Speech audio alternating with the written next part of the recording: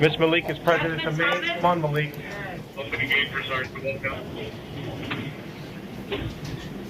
Judge, while we're waiting for her to come up, I just wanted the court to know Miss Malik has been living in South Florida her entire life. She's been living at her current address for the past year. She works at Broward College.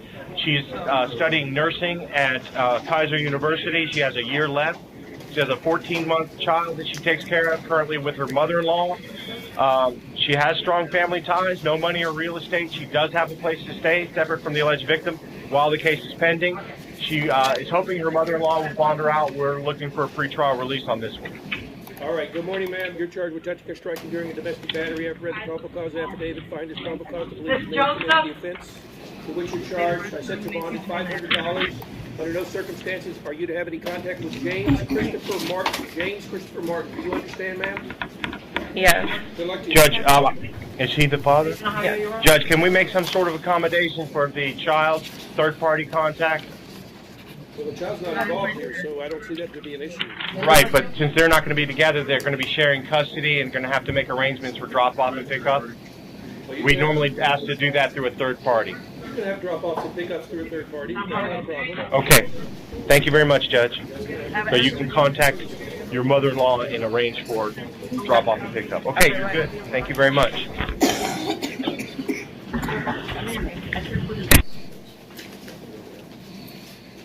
Let's see here. That's old Martin. Next case is Nancy Sansone. Jail judge. All right, thanks. State Attorney, does Ms. Sansone have a record? Your Honor, this is count 2. She's actually being held count 1 for violation of the injunction that's mentioned in the report, that's the basis of the report against the same alleged victim. Additionally, her record includes, one moment, Your Honor, I'm pulling it up right now. Does anybody know what the bond set was for the violations of the restraint? $1,000, Your Honor.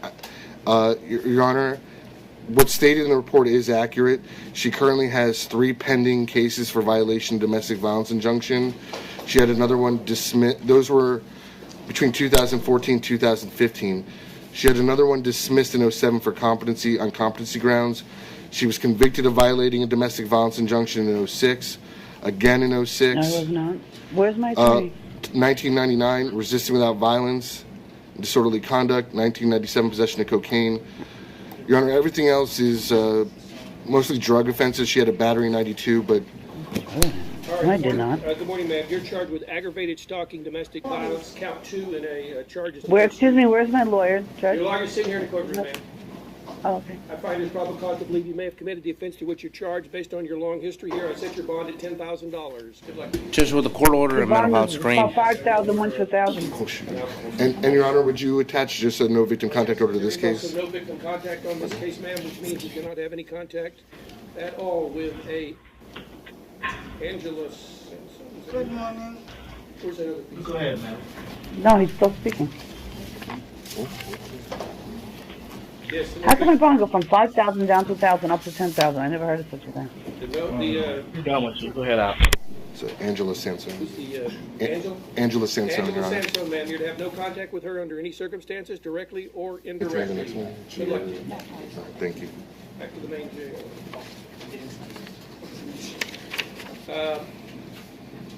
Whoa. Somebody could help me with that name. Anita. He's present and approaching, Judge. Marcy? DeMarchese. Can you tell the judge how to say your name? Anita Gibagisi. All right, good morning, ma'am. Yes, she was charged with aggravated battery with a deadly weapon during a domestic violence event. I reviewed the probable cause affidavit. Find there's probable cause to believe you may have committed the offense to which you're charged. I need to find evidence of a record. Your Honor, she has no priors. Your Honor, Yes. we are going to be requesting, based on the level of violence alleged, that in addition to whatever bond the court does set, that there be a GPS monitor ordered. You work, ma'am? Do you work? No, sir. No, Your Honor. Do you have any children you take care of? Yes. How long have you been in Broward County? A long time. 5 years. 5 years, Judge. How long have you All been right, at your these are current serious address? allegations regarding 3 the years. use of a knife during a domestic violence. I find probable cause. I set your bond at $15,000 in this case. I order a level 2 GPS monitor on you. You are to have no contact whatsoever with the alleged victim who was stabbed here, Thomas Allen, under no circumstances. Level 1 GPS, bond is $15,000. You want a bond? Good luck to you, ma'am. I'm sorry, the court said level 1 and then level 2. I'm sorry, level 1. Oh, it's a lockdown, so it's a lockdown. Yes, ma'am. Thank you, Your Honor. Next case, Dale, is Frank, another name, North Broward Jail. now Kowski. Thanks, North Broward. All right. You're Mr. Now Akowski. Yes. Good morning, sir. You're charged with violations of pretrial conditions and a violation relating to your release, relating to a domestic violence matter. I find probable cause to believe you may have violated your conditions of pretrial release. He's on pretrial release now. No, Your Honor, he's, I believe he's out on bond. What they're referring to is the pretrial release conditions is the no contact order. The domestic violence injunction. Yes, the domestic violence battery, yes. And, All right, sir. Do you have a record? Your Honor, he was also arrested in late April for, I believe that was a drug charge. Just confirming that. Possession of oxycodone with intent to sell or deliver. However, a filing decision has not yet been made. He was arrested for domestic violence battery earlier this year.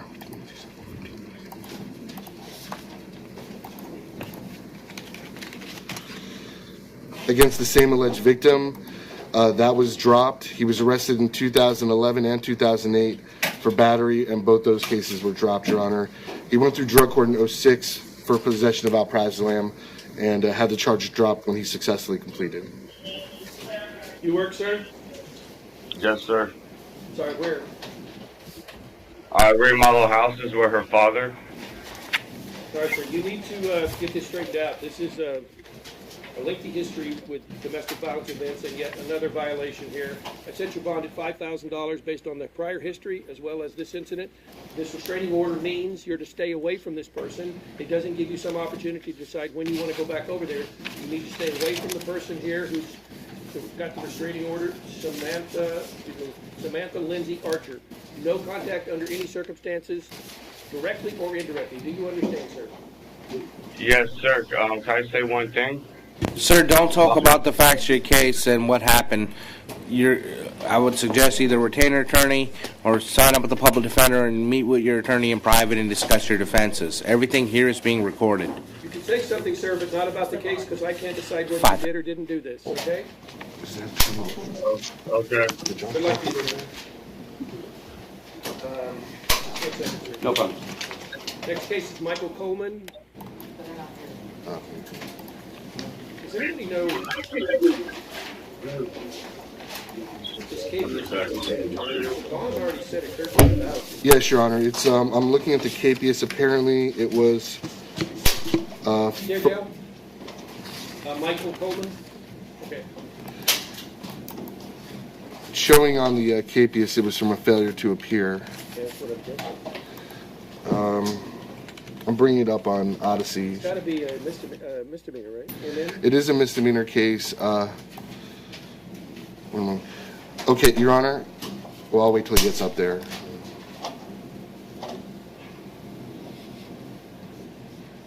Are you hearing the case, sir? I am, Your Honor. What's the name of the case? Good morning. Andy Coffey. I'm here on behalf of Jamal James on page 5 of your docket. All right, let's see if we can find it in just a second. Thank you, Your Honor.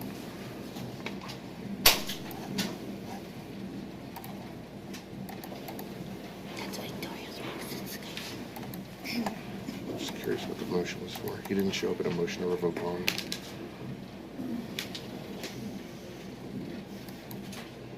Okay, yeah, I understand now. All right, Mr. Miller. Sorry about that, Judge. Who are we looking for? Michael Coleman. Michael Coleman, present at the main, Judge. Okay, Mr. Coleman, you're Okay, that mic is live now. That mic is live. You're Mr. Coleman? Yes, You're KPS out of county court ready to set a bond. What is your physical address, sir?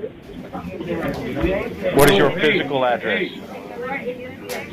You don't know your address? He doesn't know it, Judge. I can explain why Judge McHugh set the bond where she did.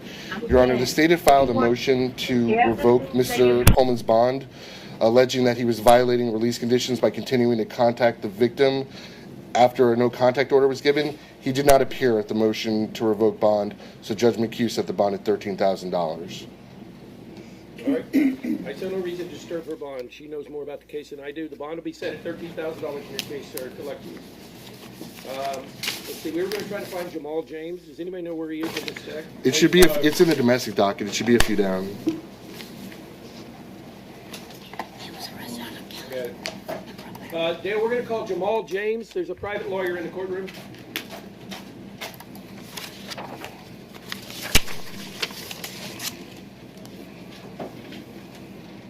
President Domain? All right, good morning, Mr. James. Your attorney here, Yes, Your Honor. My name is Andy Coffey. All right, sir, you are charged with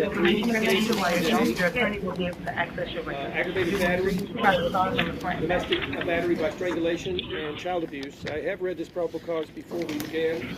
There's probable cause to believe you may have committed all three of the offenses to which you're charged. Let me see if he has a record. Judge, he has no record as far as I know. Additionally, this was a not-in-custody capias that was issued a while ago. He got arrested on July 4th down in Dade County, not knowing that there was this warrant out there for him, and he's been sitting in custody for the last week and a half, waiting to be transported up here. I've been on the case from the beginning.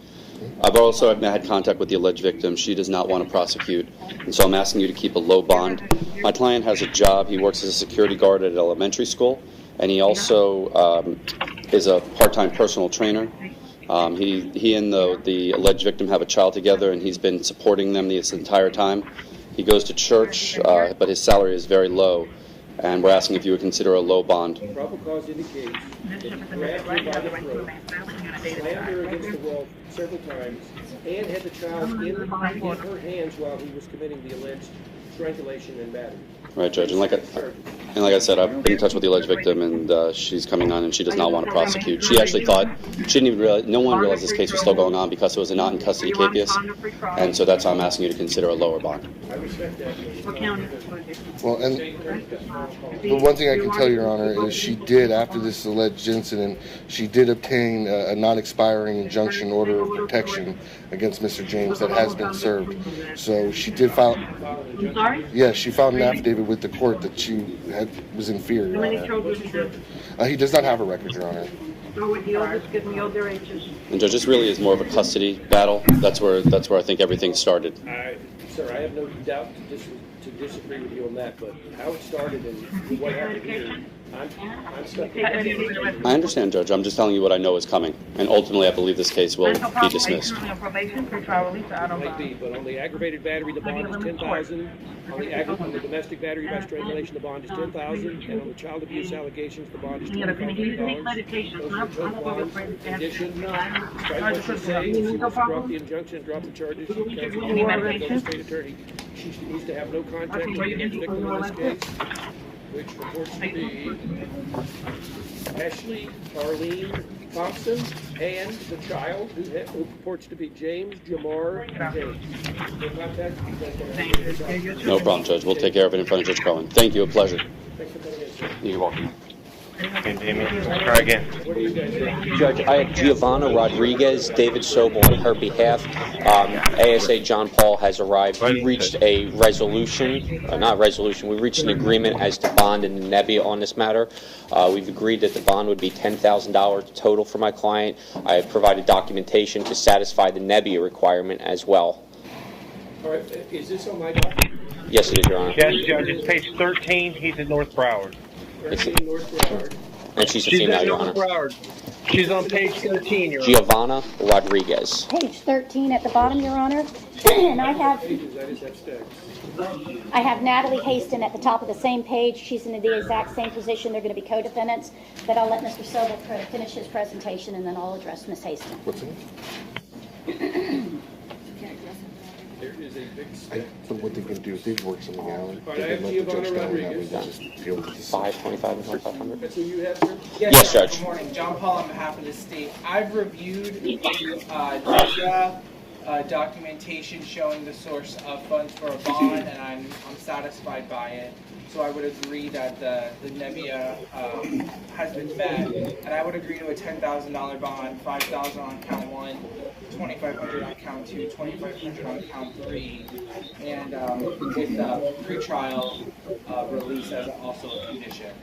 And Judge, that was our agreement. There is one issue that was just brought to my attention, that there is a passport requirement. She surrender her passport. I've spoken to her friends who are searching for that. Right now, they're unable to find that. If the court would be inclined that once she's released, that she could actually surrender within 24 business hours of her release, because it's much easier for her to find a document than to be able to tell people where it may be. That's fine. That could be a condition of her pretrial release. And just in case she's released over the weekend, 24 business hours is what I'd ask, Your Honor, so I can turn it into the clerk of court. You're not contesting the PCs with the case? I'm sorry? You're not contesting the PCs?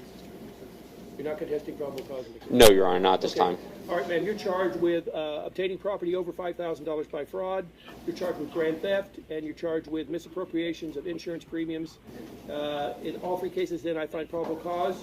In count 1, I set your bond at $5,000. Count 2, $2,500. Count 3, $2,500. Special condition is if you are released within 24 hours, we'll say Monday at 5 p.m., you need to surrender your passport. Berkeley. And your lawyer will give you advice on that. We'll say Monday at 5 p.m. Thank you, Judge. Okay? Thank you, Your Honor. All right, guys, thanks for coming in. Your Honor, at the top of that same page is Natalie Haston, Ramona Tully on her behalf. She's in the exact same position as Ms. Rodriguez. In fact, they're co-defendants. We also have an agreement with the state. Could you get fossil? Judge, Miss Haston is not in the courtroom at the moment. We don't have any paperwork on her. Do you want me to have her brought down? She is in the main jail. Natalie Haston, Haston. Okay, this is the same prosecutor. We have the same agreement. I don't want to make him have to come back. You guys agree to that. What are you apologizing? Interrupt here at 1:30. I'll get the paperwork up here at 1:30. Without anybody here, I'll find PC. You mind if I just bring them back to you? Yeah, it's Very good. That's fine, Judge. The difference with Ms. Haston was it was 15,000 as opposed to 10,000. All right, give me 5,000. Get her name again, please, your full name. Natalie Haston, Haston. The first name is Nadelie. And the bond will be $15,000. Not coming up with a proper exhibition. What do you call it? It's And I would ask for the same 24 hours. The husband is here. Ms. Haston is a United States citizen. He believes she owns a passport. He just doesn't know where it is. Order to surrender Monday afternoon at 5 p.m. Thank you, Your Honor. And I also have reviewed documentation satisfying the Nebbia requirement. like, really, where's my victim? Who do you touch? Get her brought up at 1:30, then somebody add her to the docket with the paperwork. I'll set the bonds without anybody here, and we'll move on. Okay? Thank you, Your Honor. I'm sorry. They don't even read the statute. They don't even read. Clearly, you don't know the statute. I will be So at happy least to read it do first. As far as I know, the client That's is even worse.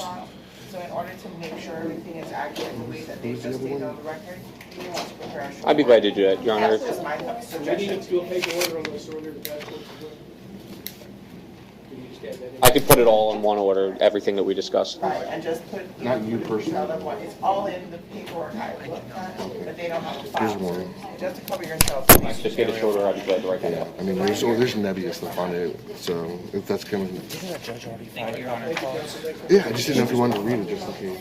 Or do you not care? All right, we're on Raymond, Ardanian The Raymond. bond issue. What's it? No, it's all right. Dale, you still there? You read it? That's what I'm saying. Yeah, I'll just read it. Here's another one.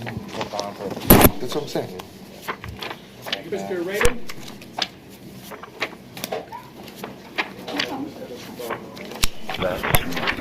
Are you Mr. Raymond? Yes, sir. Thank you. Striking during domestic battery. I know. I remember the probable cause fully began court today. I'll come back. I'll Your just probable cause fully committed this offense. Is he Your Honor, he was actually arrested a week ago for possession of flocka and is out on bond for that charge. What is that bond? What is that case number? 158720 CF10A. All right. Doesn't matter. Just Revoking his bond in that case. yeah, you're not bound by bond Case surrender judge. 158720 CF10A. Because you have a pending charge, sir, I'm revoking your bond in that case. And in this case, I'm setting your bond at $1,500. I'm ordering no victim contact, which means you cannot contact Georgina Cook under any circumstances. Do you understand, sir? Good luck to you. Yes, Judge. Full file motion. Thank you. 1587.46. His bond. Touch or strike. This guy's been up several times. He was here when I was here. Eric Riviera. Yeah. Surratt. They just, I know. Medical reset. Keep bringing them in. Dion Daniels. Patrice. Foz, did you? This was Mr. Daniels, Judge. Get. Mr. Daniels is charged with aggravated assault with a deadly weapon without intent to cause great bodily harm during a domestic violence and a capias on a traffic. What is your physical permanent address, sir? 2313 Northwest 9th Street. How long you lived there? About 9 years. 9 years? Well, the paperwork on your capias went to 3544 Northwest 114th Terrace. Did you live there? No, sir. Judge, that's a 2004 case. 2004 case. Oh, it's 11 years old. So. All right, Mr. State Attorney. Yeah, you know, the bigger issue on the aggravated assault. Mr. Daniels' sister was actually in court yesterday afternoon. Mr. Lewis was arrested for domestic violence battery against. Related to his brother. Yes, and Mr. Daniels was arrested for aggravated assault. Your Honor, as an officer of the court, I can tell you that Mr. Daniels' sister advised that she's concerned for Mr. Daniels that there are drug issues. I believe she said Flocka use, and she is very concerned. Judge O'Connor issued a no-contact order for Mr. Lewis, and I would also obviously be asking for a no-contact order Well, Mr. Daniels for Mr. Daniels. was the one who went and got the knife. Exactly, and I can tell you, Mr. Lewis had no criminal history. And how about Mr. Daniels? Mr. Daniels does. Last year, unlawful use of false name ID. Last year, theft, resisting without violence, 2012. Grand theft, 2012 with the VOP. Leaving the scene of an accident, 07. End of record, Judge. Okay. All right. On the aggravated assault with a deadly weapon, I'm setting your bond at $2,500. On the capias, on the traffic, the bond will stay at $250. You're also to have no contact with Truberis Sinatra Lewis, which I guess is your brother, sir. Under no circumstances can you contact him while this case is pending. I think I'm going to order a drug evaluation later. Yeah, Your Honor, I was going to ask if he should post his bond, if he could be released to pretrial supervision so they can do drug testing evaluation. Order if you are released, sir, to pretrial so that you can get a drug screen, sir. If you're having problems with drugs, you need to get that straightened out. Or you're just going to keep coming back and seeing a different judge every week. So you need to get that fixed, sir. Good luck to you. Hello, Lapa?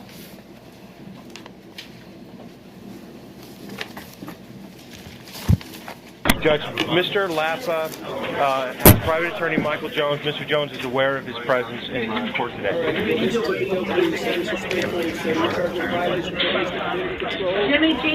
there's probable cause. You're Danny going to Roberts. see the judge on July the 20th.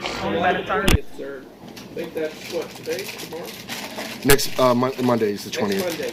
So you can see the judge on Monday, sir. You'll be held without bond till then. Good luck to you, sir. What's today, 15?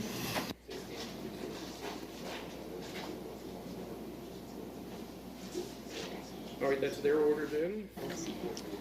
Danny Robinson? Judge, I have probable. You still read the main jail, but I have probable cause argument. going to get him, Judge. Me and the state are in agreement that this shouldn't be a little lascivious conduct by a person 18 years of age or older. They're getting it if you want to get them. Huh? They're getting it. Oh,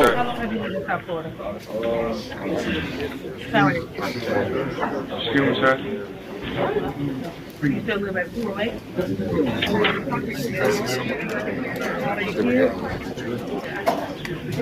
When I called you, how where you want? Bitch, I'll put Maybe I'll be doing this full time. how hard? Sir, where is Danny Robinson? he's up. I'm arguing.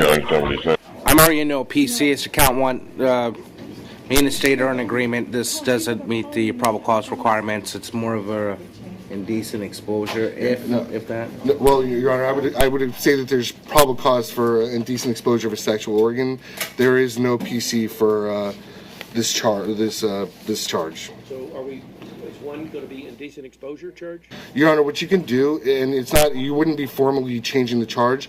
You're permitted to make a PC determination for a lesser included offense if the facts support it. I'll make a PC on indecent exposure, trespassing. And obviously, indecent exposure is not a second-degree felony. All right, I'm in count one. I'm amending the probable cause and finding probable cause for indecent exposure as opposed to lewd and lascivious conduct, and also finding probable cause on the trespass charge at this business. Can anybody tell where this business is? Your Honor, if you just give me one moment, I can get that for you. Judge, I read the PC in this case. Was there ever actually any exposure? That was my question too.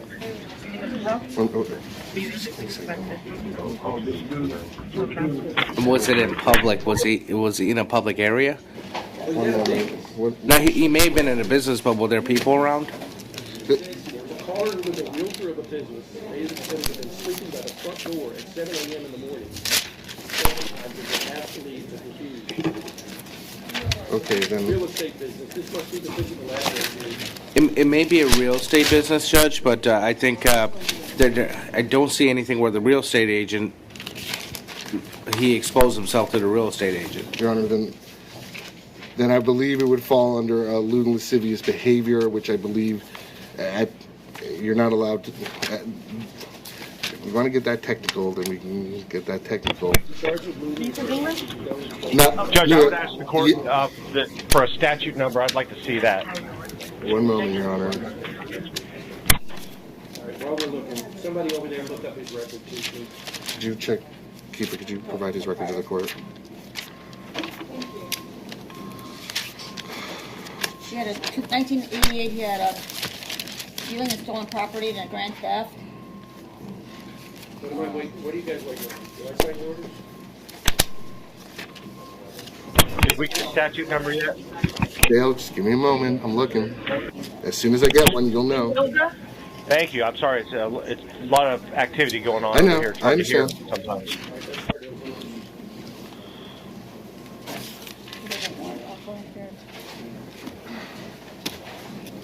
Well, then tell me if you see it.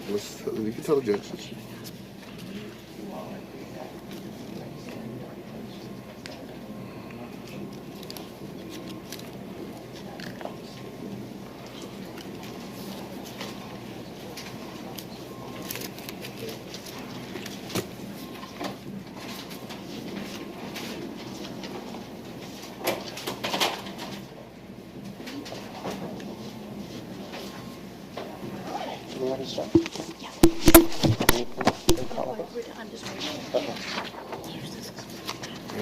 I got it, but keep it in country.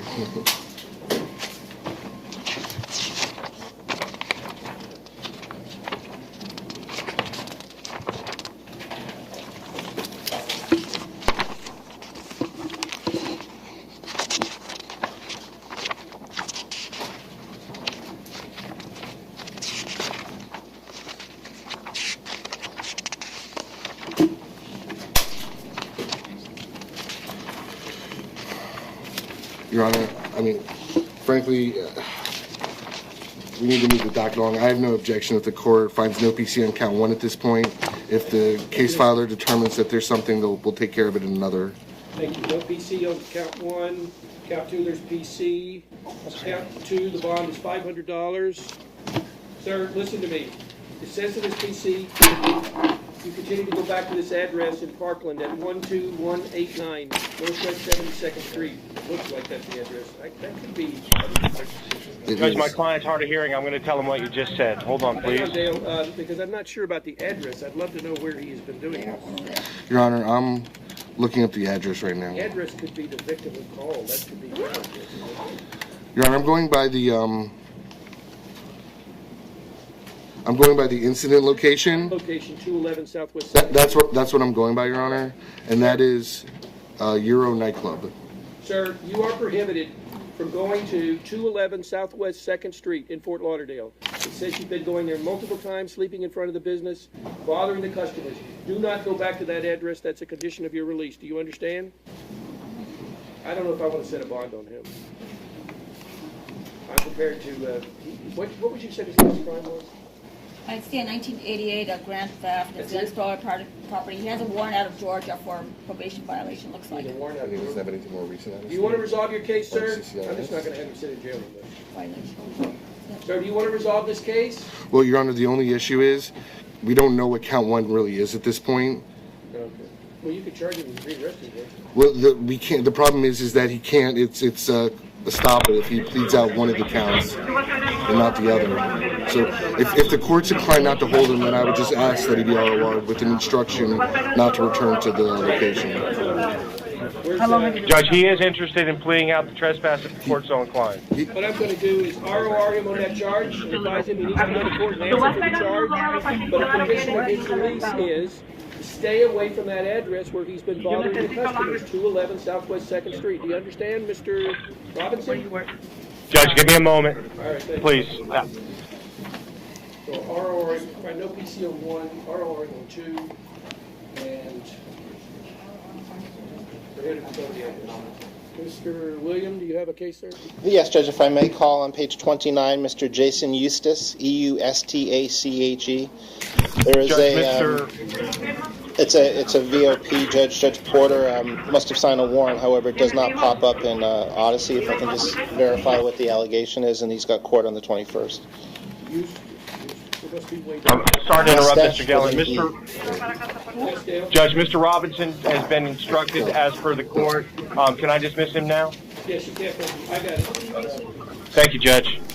All right, we're going to call one out of order, Dale. We have another lawyer here. I've got Jason Eustace. Is he there? Jason Eustace? It is a VOP. He's present, Judge, and approaching the podium, lectern, whatever you call it. I don't have any information except Judge, Mr. Linder just gave me the warrant. It is duly signed by Judge Porter on July 13th. It says that he didn't report. Jason, this is Judge Tudor here. Judge Tudor, even if he wanted to release you today, he couldn't by law. Judge Porter's the only one that can handle this, so we'll see you on court on the 21st, which is Tuesday morning. Again, Eustace, page 29. In your case, then, I find probable cause of the violation of probation. Your hearing will be July 21st at 8:30. All right? All right, thank you, Judge. Down the middle, out the door. Mr. Jellin. Yes. There's an Ernest Jennings here, also on page 29 of the docket. All right, let's call him up. I saw him on the docket. Call him up. If you can. Sorry, Judge, if we may. Go to the, Yeah. it's not our burden, it's a misspell. It's not eligible. Okay, good.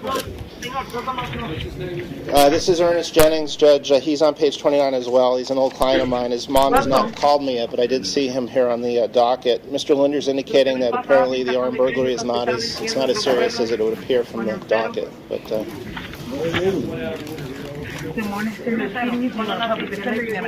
Ernest is charged with 2 cases. Are you Ernest Jennings, sir? Yes, sir. All right, your attorney is present here in the courtroom. Charged with 3 cases, knowingly giving false information to a law enforcement officer, perjury in an official proceeding, and burglary of a dwelling structure. Your Honor, I spoke with Deputy Edwards Tabadia on the burglary. That was a misspoke. It should just be burglary of a conveyance, not armed, which is bond eligible. All right, so we didn't do the count 3. It's being changed to burglary of a conveyance without a weapon. This is fine because I don't know how much fun. Indicates you smashed the rear driver window. Do you have the PCs on there? The back of the Jeep, currency, and other matters. This crime was allegedly witnessed by 2 individuals. W. He doesn't have large.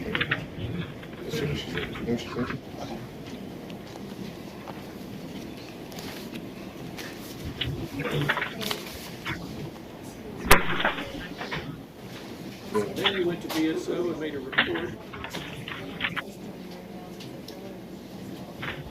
No.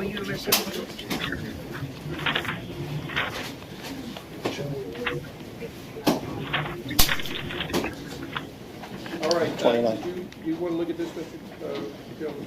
Well, there's probable cause to believe you committed all three offenses. I'm happy to let you listen. Well, what bond would you be setting? Okay, Mr. Rainer. Hopefully it's a $1,000 question. 2012 possession of marijuana, 2012 burglary of a conveyance and fleeing or attempting to elude law enforcement, 2008 delivery of cocaine.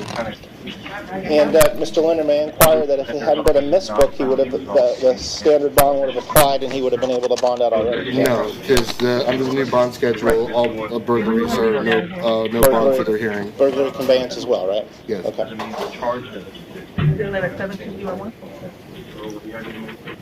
What kind of bond were we thinking about, Judge? Oh, sorry.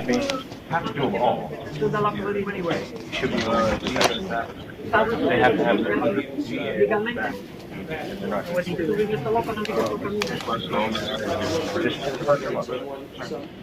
okay. So then you have to sit here to call your name. One on the giving false information to a law enforcement officer. I'm setting a bond $500. Judge, is that charged, Mr. Linder? It says no charge on that. That's just a term. It's a charge. Okay, so 500 on that. Sorry. On the first official proceeding, I'm reducing the bond to $500. On the count 3, because of the prior burglary, the bond is set at $2,500. Total bond will be $3,000. Thank you, Ernest. I'll call your mom, right? You got a bond out. Thank you, Judge. Thank you.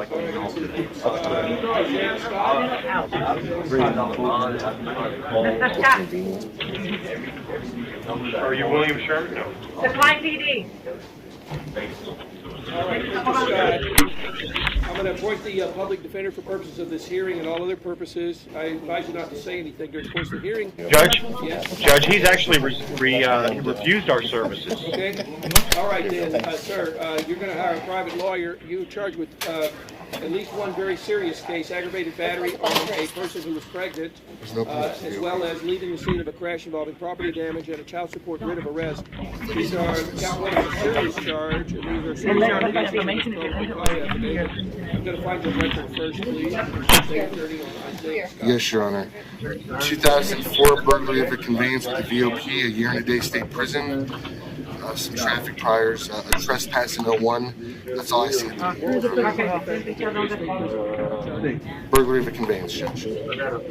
All right, sir. This is a serious allegation regarding an assault on a pregnant person. In count 1, I set your bond at $25,000. In count 2, leaving the scene of the crash, your bond is $500. And on the writ of arrest, it will be the amount of child support, which is $586. I'm also ordering, under no circumstances are you to have a contact with Amy Lynn Prescott or Deborah Dean Brantley. Do you understand? Yes, Your Honor. You're lucky, sir. Stay out of trouble. Next case is Ricardo Adolfo. All right. Let's see. And they're asking for a recall. Orlean Smith, or Smith Orlean? All right. Yes. Aurelian Smith. Okay, Smith which one is it, ma'am? Aurelian. Is it Smith Aurelian or Aurelian Smith?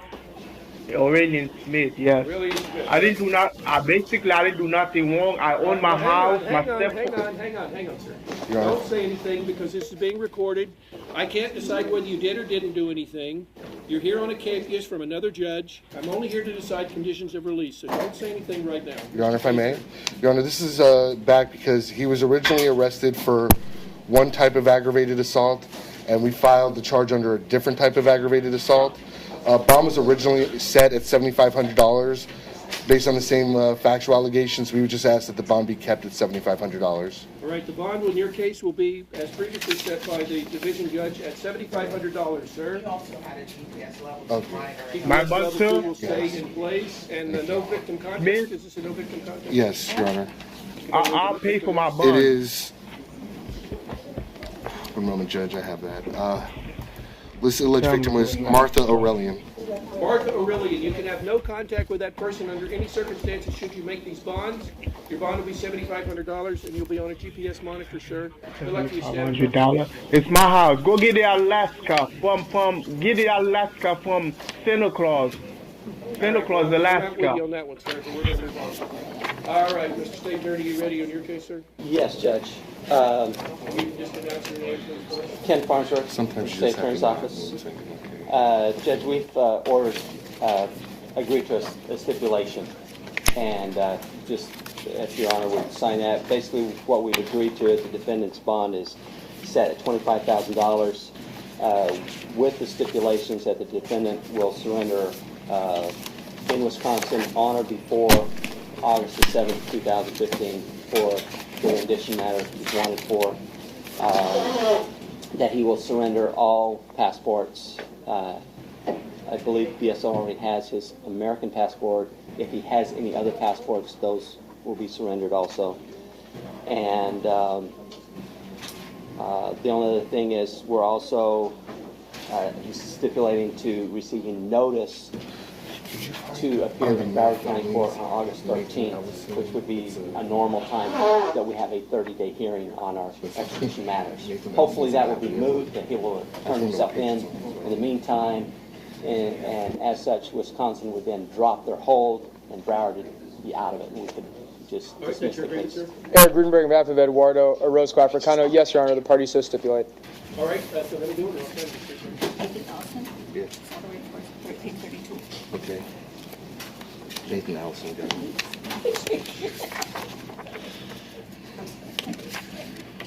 All right, guys, thanks for working that out. Have a good day. Thank you, Your Honor. Do you have something, sir? No, Judge, I'm with that. Thank you so much. Actually, it wasn't going to be a big deal. He was just getting brought in for disorderly intoxication until, according to this, he kicked a deputy and then made it to jail. Oh, it's a jail? Yeah. It's just Can you hear me, Dale? he was all good on the $25 bond. I think your microphone's off. Judge, this is Marquette Take this to Goodwin. Fauci. Thank you. This is an out-of-state hold also.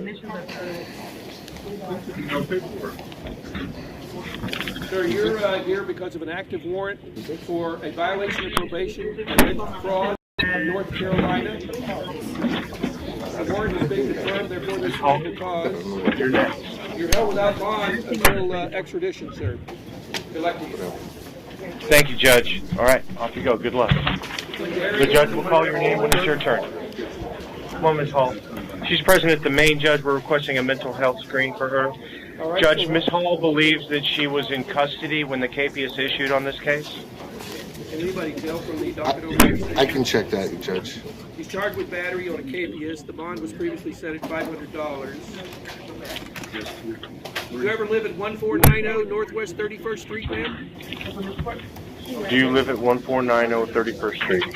Fort Lauderdale? No. No, where do you live? 15071 South River Drive. Do you hear that, Judge? Yes. Your Honor? Yes. Okay, what happened was she was arrested originally April 17th on this case for Bat Leo and was released ROR on May 20th. It was downfiled to a misdemeanor battery, and this capias was issued June 22nd, about a month after she was released. So she wasn't in custody in Broward. It's valid. But she may have been custody somewhere else, Mr. Miller, but not here. I'm going to order a mental health screen based on the defender's request. Under 18 and live with it?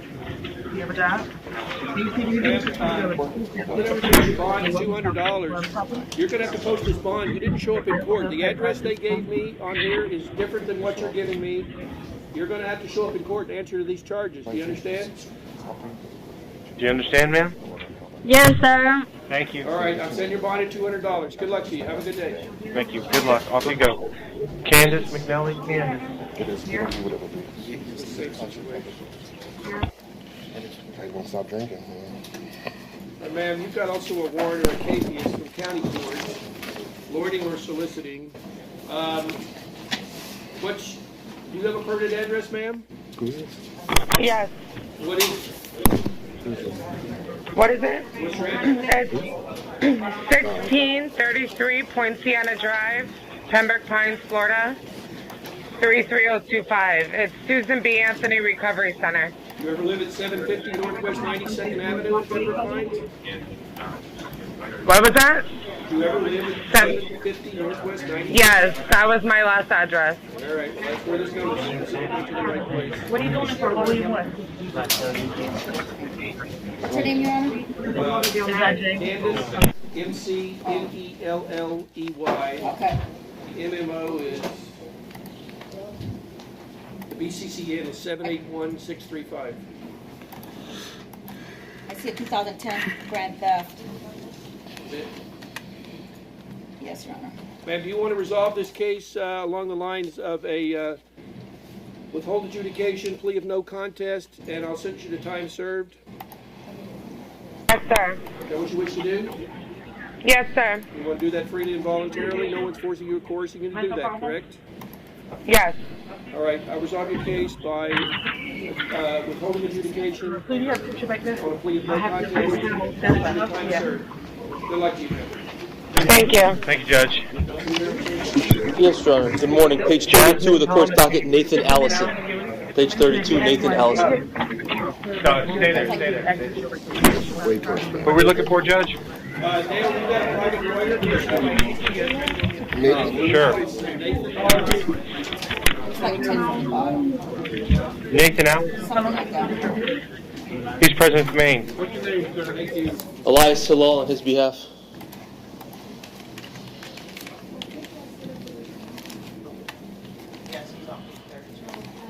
All right, he's wait up. All right, I got him. Disorderly intoxication, that's a municipal offense, and battery on an officer or firefighter. Let me see what they say he did. Sir, we have a lawyer here in the courtroom for you. Let me read this probable cause.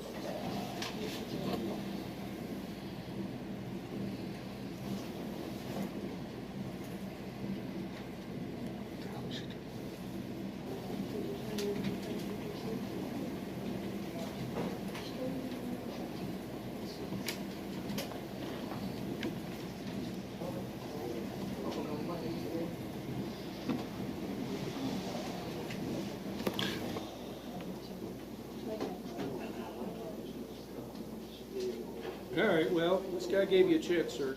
What is his record of fitness?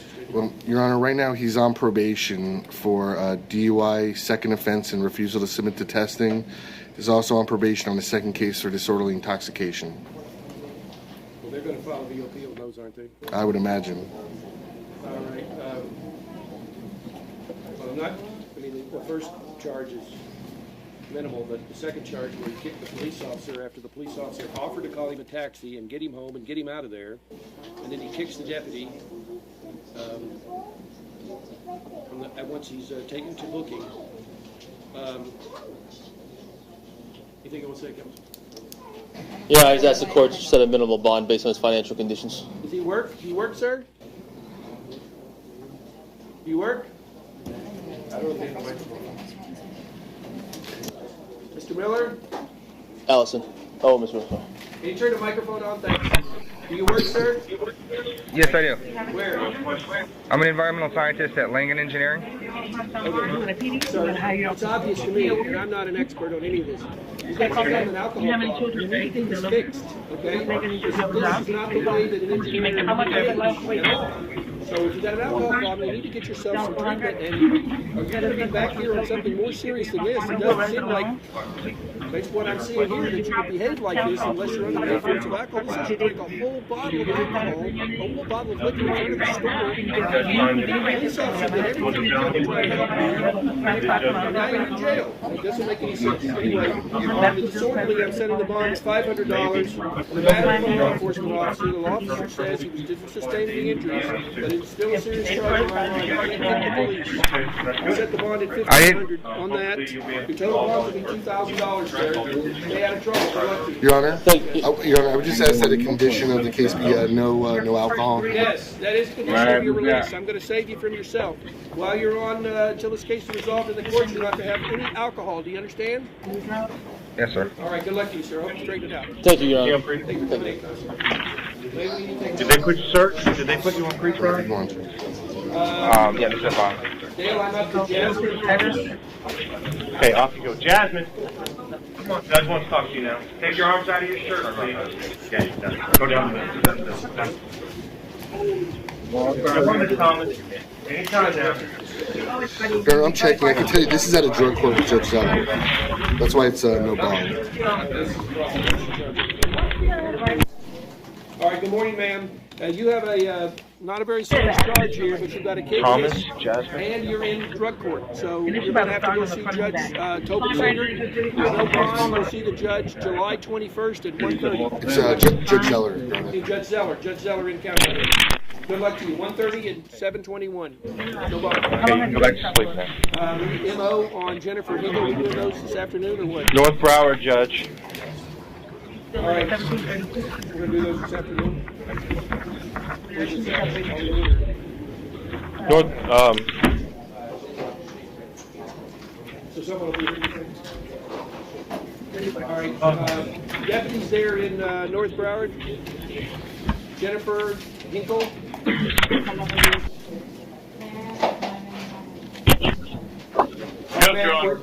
We're recalling your case at 1:30. We're going to appoint you a lawyer. They'll be here at 1:30. So we'll recall your case this afternoon, all right? We'll see you then. I can put no contact.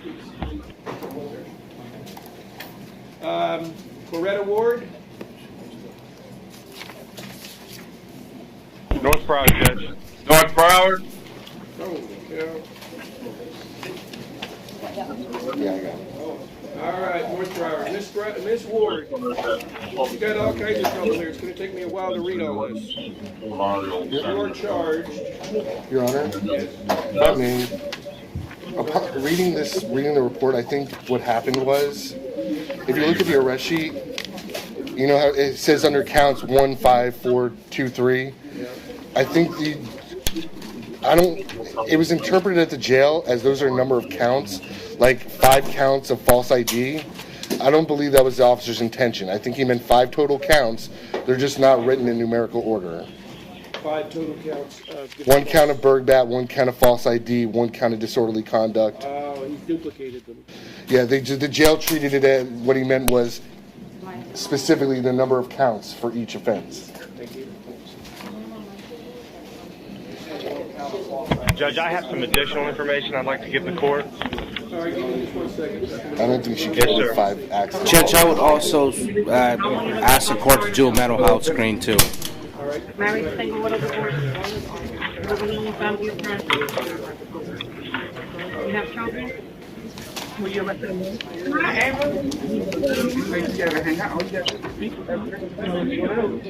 Oh, I remember her.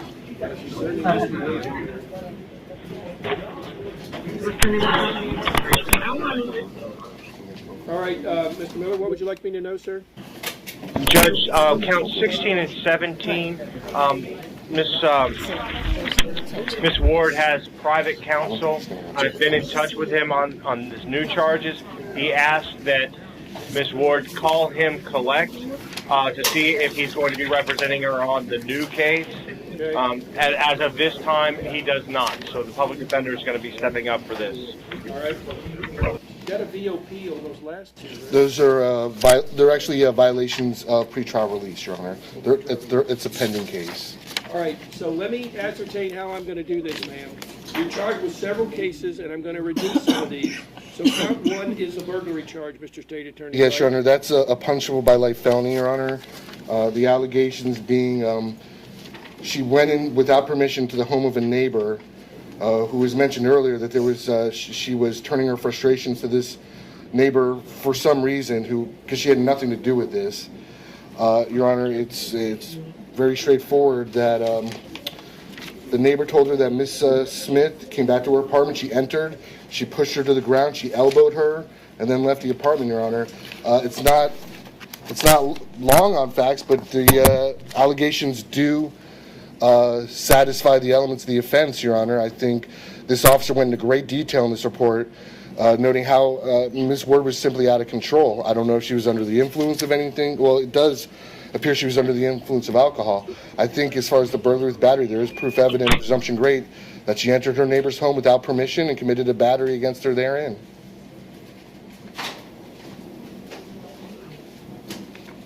All right, I'm going to come back to the burglary charge. She she's also charged with false ID. You say only on one time, Mr. Yes, if the court finds probable cause, what I would just ask the court to do is ROR on 3, 4, 5, and 6, just because they shouldn't exist, basically. The disorderly conduct, the same, only one count. Same, yeah. I would just ask the court to find PC on one count, no PC and ROR on the rest. Then on disorderly, the same thing? Yes, just on count 7, 8, 9, 10 can be no PC and ROR. One count of resisting or obstructing. Exactly, and 12, 13, 14, 15 can be no PC and ROR. So you're saying without violence, you're no PC on all three of those? On 12, 13, 14, and 15, there should only be one count, from what I can see here. 13, there'll be a count, but 14, it's an ROR. No, it's actually, I'm sorry, Judge, it's actually 12, 13, 14, and 15 are no PC, ROR. Count 11. He charged him with violence and without violence. I didn't realize that. I apologize, Your Honor. I would count 12 should be no PC, ROR. 14 and 15, you're correct, should be no PC and ROR. I apologize. Warrant for pretrial. Yeah, that is what it is. Well, I'm going to leave the bonds the same on all those cases. They're not very significant bonds. I need to come back to the burglary charge. Sure. I mean, you do make a case that she's committed the burglary, but I'm going to set a bond in the case. What is her record? One moment, Your Honor.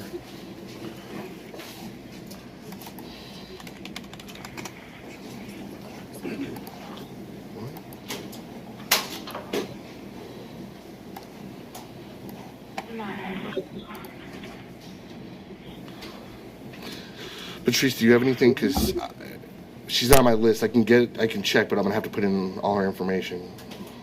I'll stick with what I have here.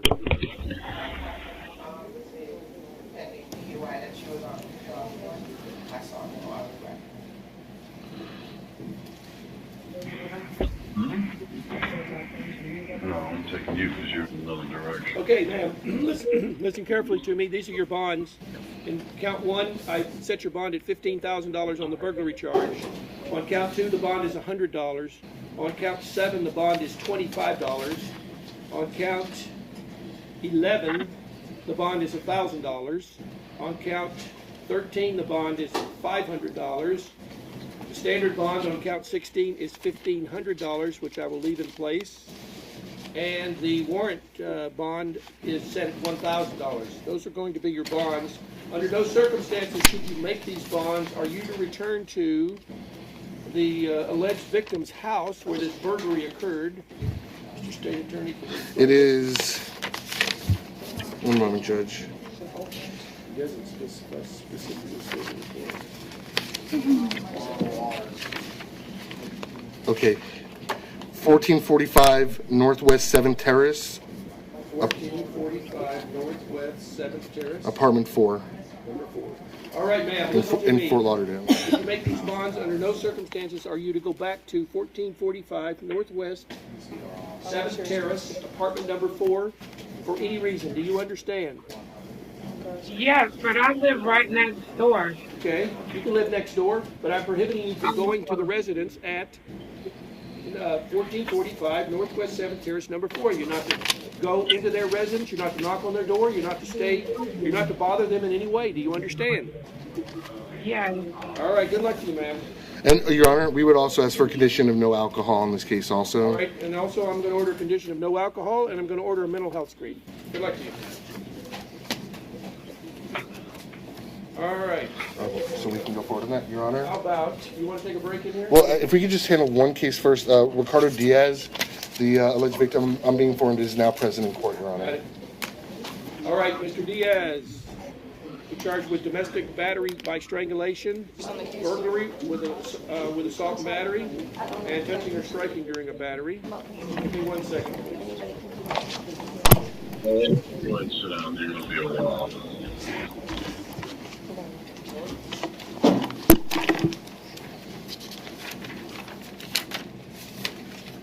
All right, Tom, you can get over here. I'll need you next time.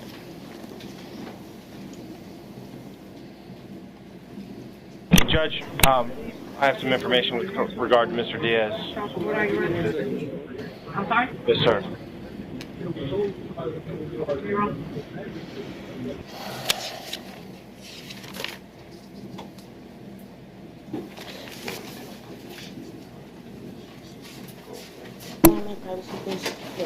This is my time to speak. You can wait. You can wait at the bench. Sorry. You're in the court. Okay? Yeah, she's just. I understand, but you're in the court.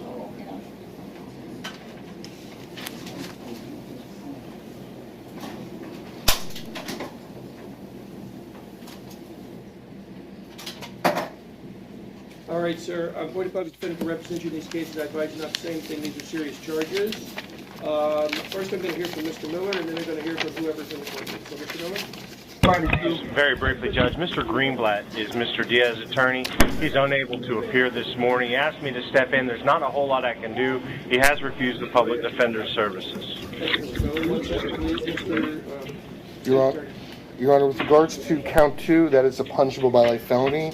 Based on the report prepared by Officer Holst, Your Honor, I would argue that I believe there is proof evident and presumption great. He took statements from the victim, I believe the roommate of the victim, and I believe the girlfriend of the roommate. Clearly, the indication is, Your Honor, the defendant physically forced the victim, Ms. Baez, into her own apartment without permission, clearly committed battery against her therein. There are witnesses to this.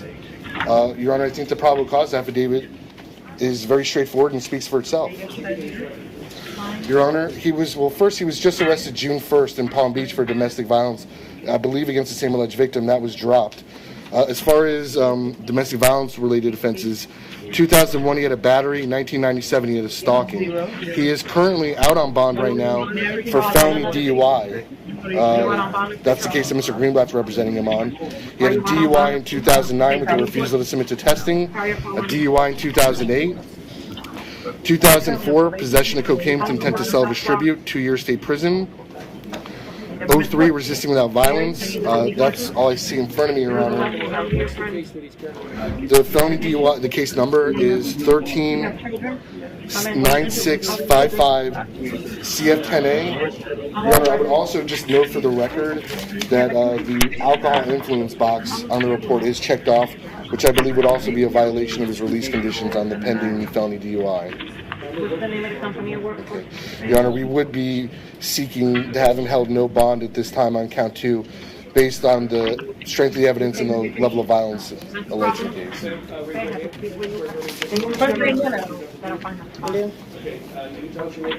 Julie Baez. Julie Baez. And how are you affiliated in this case? I'm his ex-girlfriend. Former friend. But now you gotta hire your Willie Brown? Conditions of release if there are any, and I'll be happy to hear from you on that. So what would you like to tell me? I just want to speak on his behalf that if I'm not sure if you guys have his mental records, but he is mentally and emotionally handicapped as well. He has alcohol problems. That night I invited him to go out to a bar with me, so I kind of invited it. So just as much as it is and his fault, is my fault as well. We're both violent with each other. As you can see, he has an ongoing alcohol problem. I think for him to be facing large amount of time would be it's a little extreme. If anything, he needs a good case of rehab and some mental therapy to help with his violence when he gets on alcohol.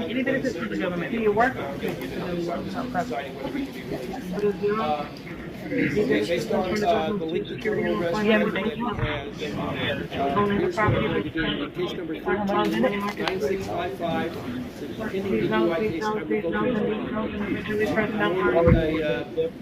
mental health screen as well as a drug screen in the jail.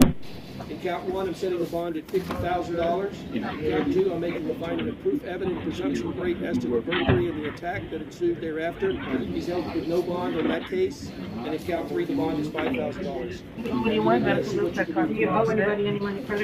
Yeah, I would like to get him some help. He's a really good person. He just has mental problems. It's invading his life. But he has many friends, family, and he's an awesome father. He has a 2-year-old daughter. I've had my own children around him. The only act of violence is when alcohol is involved. He needs to get off the alcohol. In the event that you break this alcohol, bond, under any circumstance, under no circumstances are you having any contact with the alleged victim in this case, which purports to be Again, the deputy doesn't specify. There should be a sheet at the end. It's Julie Baez, Your Honor. What? Baez. B-A-E-Z. Baez, sir. Under no circumstances are you to have any contact with her while you're in jail or otherwise. You can't contact her directly or indirectly. Do you understand? Yes.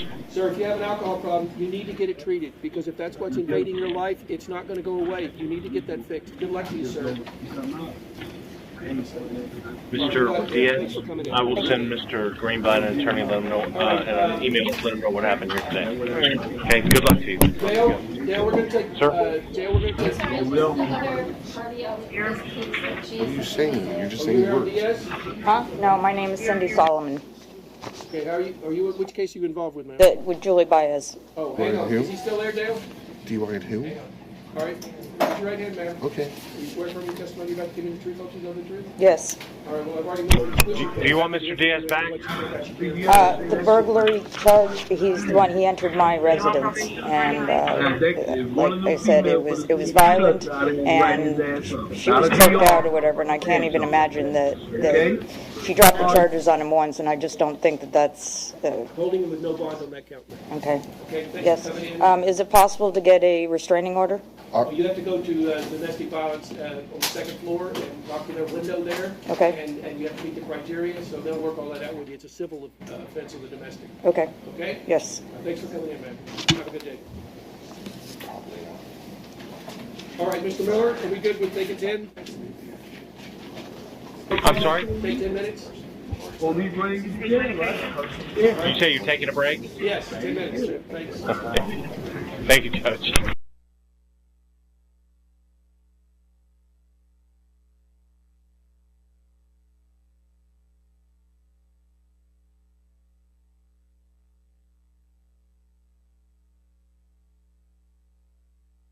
Just wanted to show you something. All right, Mr. Miller, all set in the jail? We're here, Judge. Thank you. First case Go. I have is Barbara Valdez. Barbara. Anybody know what page we're on? North Broward.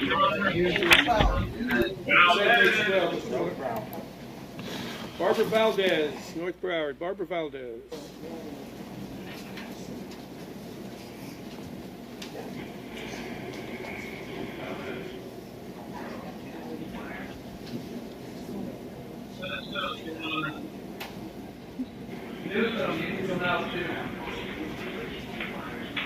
Well, yes.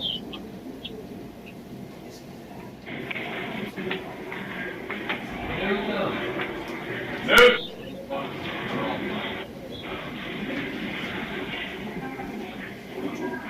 All right, good morning, Ms. Valdez. You're charged with several cases. There's 2 felony cases. And you're also charged with false identification to a law enforcement officer, resisting or obstructing without violence, a driver's license suspended habitual traffic offender, disobeying a traffic device. I've read the probable cause. Probable cause to believe you may have committed all of the offenses. On the last 2 felony cases, there's no bond. You'll see the judge will notice on July 22nd. On count 1, the false information, the bond is $100. On resisting, the bond is $500. On the habitual or drafting without a subsequent offense, the bond is $1,000. And the disobeying traffic offense, the bond is $0. That'll be worked out in the county court. Those will be your bonds. You're going to see the judge on July 22nd at 2 p.m. 2 p.m., ma'am. Good luck to you. Okay, is that what it is? You'll see the judge July 22nd. You hear me? No, ma'am. That's You it. hear me? I was gonna say that way that you were boosted up because I go to my child court on the 22nd too. Yes, ma'am. You go on the 22nd. No, but I go to my other court on the 22nd. I was seeing if there's a way you can bring another day. Well, no, I guess they're all together on the same day. No, the child court is like DCF court. Like I'm trying to my children. You're going to have to get a message back to someone on that, ma'am, because I can't help you with that. All right? That's what Have someone call the court for you. Good luck. I have Mr. Miller. Mr. Miller, I have the Spanish interpreter here in the courtroom. Mr. Miller? Sir. Sorry, Judge. That's all right. You have the same frustration. I have I'm a sorry? Spanish interpreter in the courtroom. Can you ask if anyone needs a Spanish interpreter? We do need a Spanish interpreter, Judge, on 2 cases. All right. The first one would be Udesi Sabino, page 12 of your docket. She's here for a violation of probation Next case. Very nice case. and has declined the PD. She has private counsel. She just didn't know his name yet. All right, Udesi Sabino. Sir, can you raise your right hand? You swear to any testimony you'll translate accurately from Spanish into English during these positions? Yes, I do, Your Honor. Señor Leal, LEAL. All right, Ms. Sabino. Señora Sabino. You're charged with violation of probation and community control. Se le acusa de violar el régimen de prueba y el control comunitario. Therefore, there's probable cause to believe you committed this offense. Hay entonces motivos fundados. Creemos que usted sí cometió esta falta. You're held without bond. No se le concede fianza. You'll see the judge July 21st at 9 a.m. Y verá al juez el julio 21 a las 9 de la mañana. Julio 21. Suerte para usted, señora. The next case, Mr. Lawyer, that needs Spanish. Judge, the next person is Lesmari Aldama on page 26 of your docket, also a violation of probation. Judge, could you do us a favor and try adjusting your microphone so that you're speaking into it rather than on the side of it? Okay. We're having trouble hearing you. Does that help any? That helps a little, yes. All right. Thank you. All right. Obama. Yes, and he also declined PD. I got no idea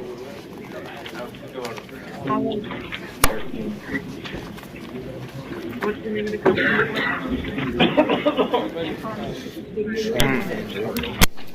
What's his name?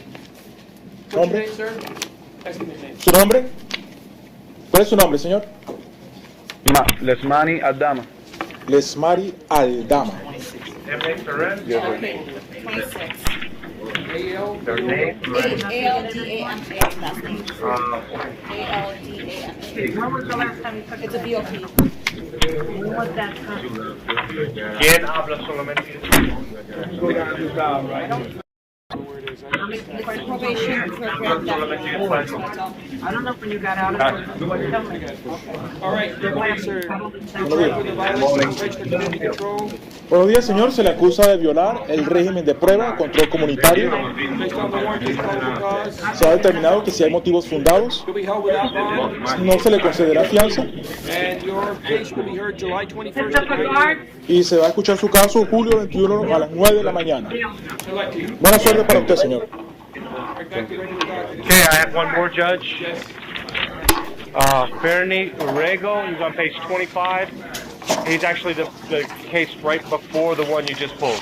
Can you spell his name? U-R-R. U-R-R-E-G-O. Thank you.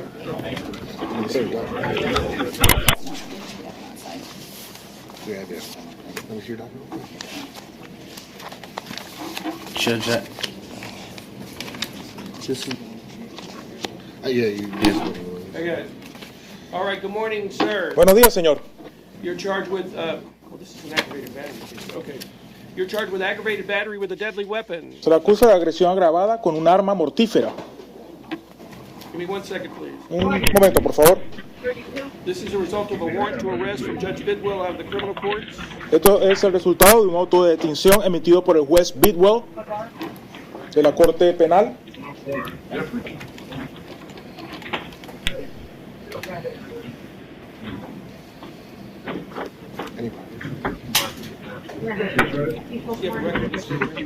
No, we're checking that right now. Estoy chequeando el historial de antecedentes.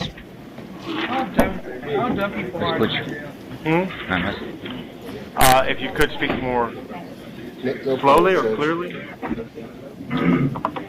He's not understanding everything. All right. No lo escuché. Okay, sir, I'll start again. You're charged with aggravated battery with a deadly weapon. Se le está acusando de agresión agravada con un arma mortífera. The warrant indicates El auto de detención indica you stabbed someone, que usted acuchilló a alguien, apparently unprovoked, aparentemente sin ninguna provocación, with a knife. con un cuchillo. The crime was witnessed by an eyewitness. Y hay un testigo ocular de tal crimen. There's probable cause to believe you committed the offense to which you're charged. Hay fundadas sospechas que hacen creer que usted sí cometió el delito del cual se le señala. A warrant for your arrest was issued by Judge Bidwell. Y el juez Bidwell emitió una orden de arresto. Any record? No hay antecedentes penales. How long have you lived in Broward County, sir? Señor, ¿hace cuánto tiempo que vive usted en el condado de Broward?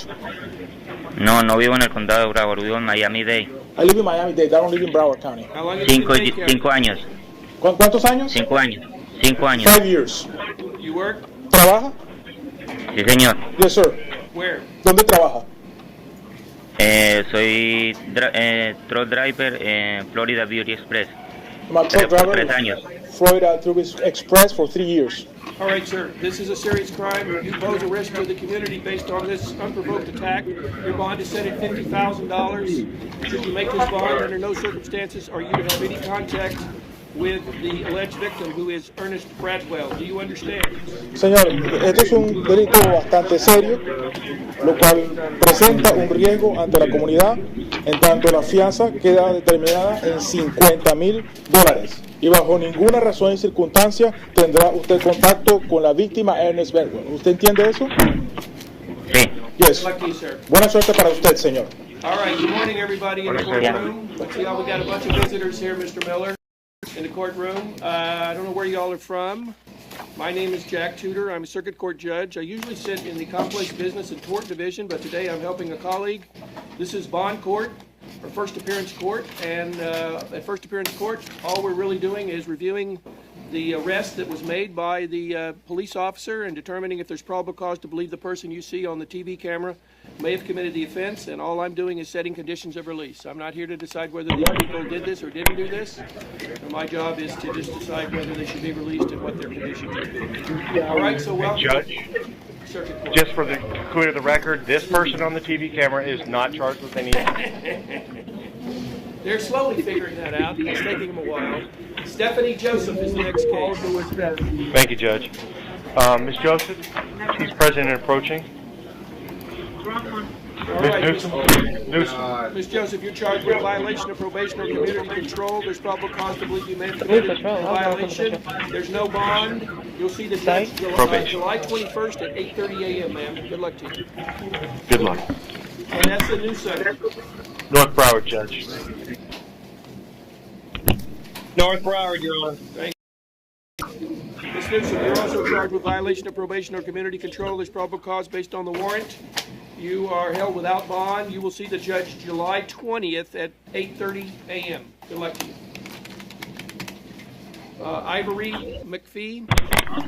Present at the main, Judge. Ms. McPhee, you're also charged with violation of probation or community control based on a warrant. There's probable cause.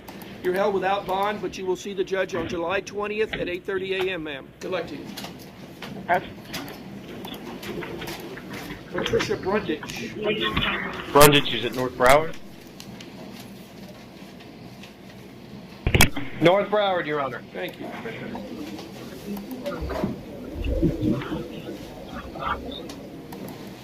Good morning, ma'am. You are charged with aggravated assault with a deadly weapon with intent to kill. Good morning, and hang on, please. Don't say anything during the course of the hearing, ma'am. Mr. State Attorney, can you check her record?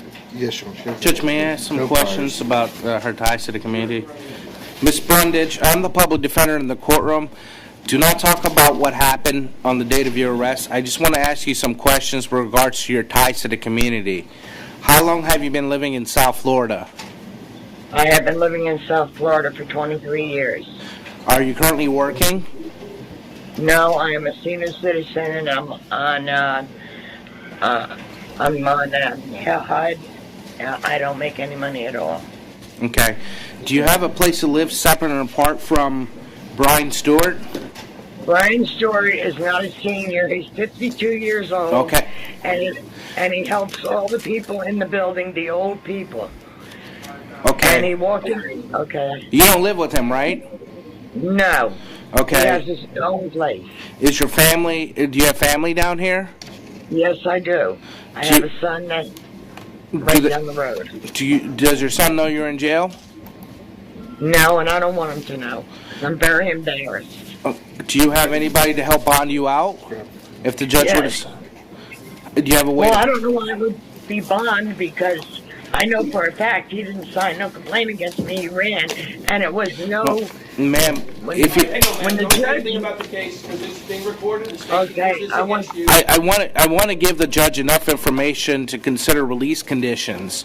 I don't want you to sit in jail. That's the last thing, as a public defender, I would want to see happen. Okay, so I'm just trying. The state. He's going to ask the state if you have any prior criminal history. No. How long have you been residing at that address? 7 years. Do you have any money in the bank? Just my Social Security check and I pay my bills, all of them. Okay. No, Judge. She has no prior record, Judge. Ma'am, what I can ask the court to release you via pretrial. It's up to the judge. It's not my call. I can ask the judge to release you without a bond on pretrial release. That's you'll be released to the custody of the sheriff's office. You would have to report to the pretrial release building, which is in downtown Fort Lauderdale. You would have to check in with them once a week. You may have to do a drug test, drug screen. I mean, whatever conditions they impose, you would have to follow them. But you wouldn't have to post a bond, and you most likely would be released today. That's the judge's call. Or I can ask the judge to set a reasonable bond in your case. You can have a family member contact a bondsman, and then you can you can post a bond and be released. Which would you like for me to ask the court to do? I'll get a ride to Fort Lauderdale and Judge, no prior criminal. My granddaughter would take me, but her baby only weighs 2 pounds, and she's in the hospital, and they're going through too much right now. Judge, in light of her lack of criminal history, her age, she does have ties to the community. She is living here. She's currently on disability. I would ask, I implore the court to consider pretrial release in this condition. She is 71 years of age, Judge, with no criminal history. I don't. Let's say in her case, I mean, the probable cause affidavit is very brief. There's some conclusions without facts that she displayed an 8-inch knife, thrust it towards the victim multiple times, which created a well-founded fear that violence was imminent. I mean, there's a lot of conclusions and not facts. Well, Your Honor, I would say that it is a specific allegation that it was done multiple times. The length of the knife, Your Honor. I mean, I am concerned that there is I understand the mitigating factors that defense counsel brought up. I guess my only concern really is this is an allegation of violence. It's not an allegation of a nonviolent offense. Judge, I understand that this is not the time to argue trial facts. I did hear her say something that there might be some exploitation of elderly. I think that could be further investigated by. Did she qualify for pretrial release? Based on the charge, she would not, but if the court orders I'm going to place her on pretrial release with a level 1 GPS monitor. She can't leave her house under any circumstances except for whatever those conditions are. She did say that she has a granddaughter that's currently in the hospital. Your granddaughter's in the hospital, ma'am? My first great granddaughter, she weighed 2 pounds. Would the court at least allow her to visit her great granddaughter at the hospital? What'd you say? No, I can't. Sorry, she can bring the child to the residence if she wishes, but listen, I'm taking a chance on you, ma'am. You're charged with a serious crime. Whether you like it or don't like it, the probable cause says you're charged with aggravated assault with a deadly weapon. I'm going to place you on pretrial release, which I rarely, if ever, do for this kind of a crime. You're on a GPS level 1 monitor, which means you can't leave your house. You've got to stay inside your house until this is resolved. If the state attorney drops the charges, if the case is resolved in the courts, that's fine. But right now, you have to obey my rules, and the further rule is you can have no contact at all with this Brian Douglas Stewart. You can't contact directly or indirectly. You can't say anything to him. You can't have anybody say anything to him for you. Do you understand? Yes, I do. You'll be released, but you must stay inside your residence, and you must wear this monitor. Do you understand? Yes.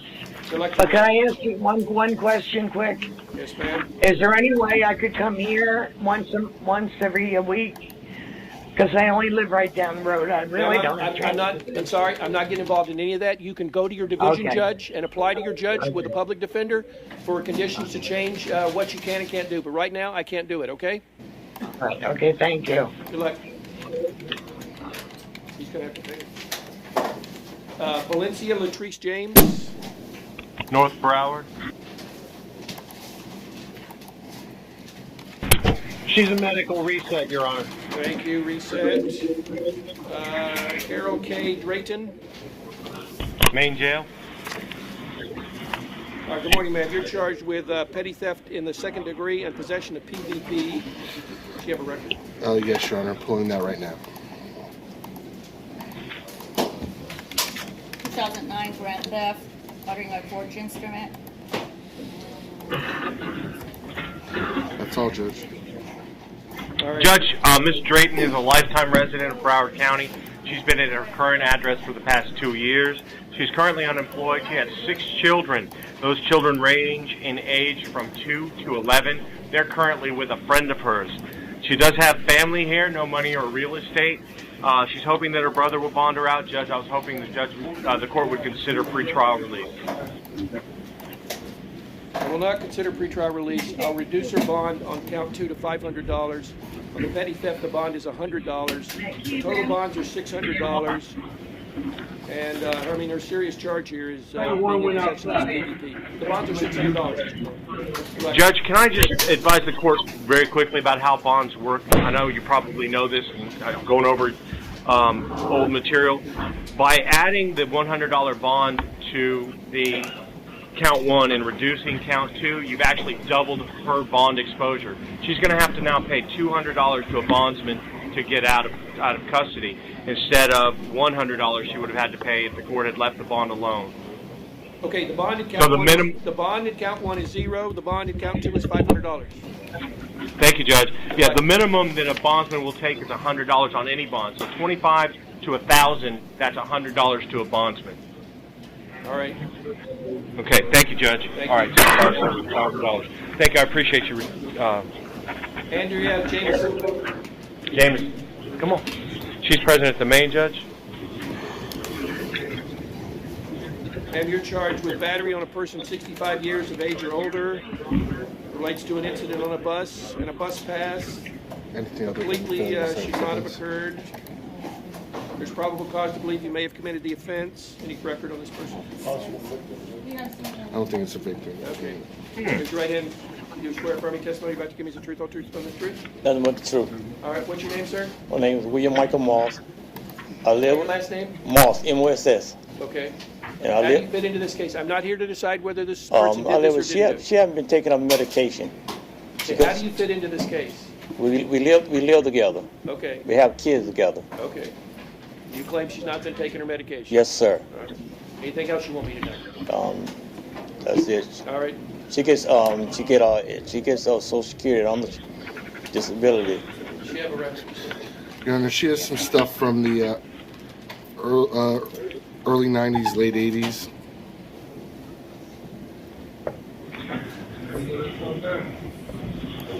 I mean, this is just ridiculous behavior. She's beating the bus driver on the head because he won't give her bus pass back. And now she's in jail because of it.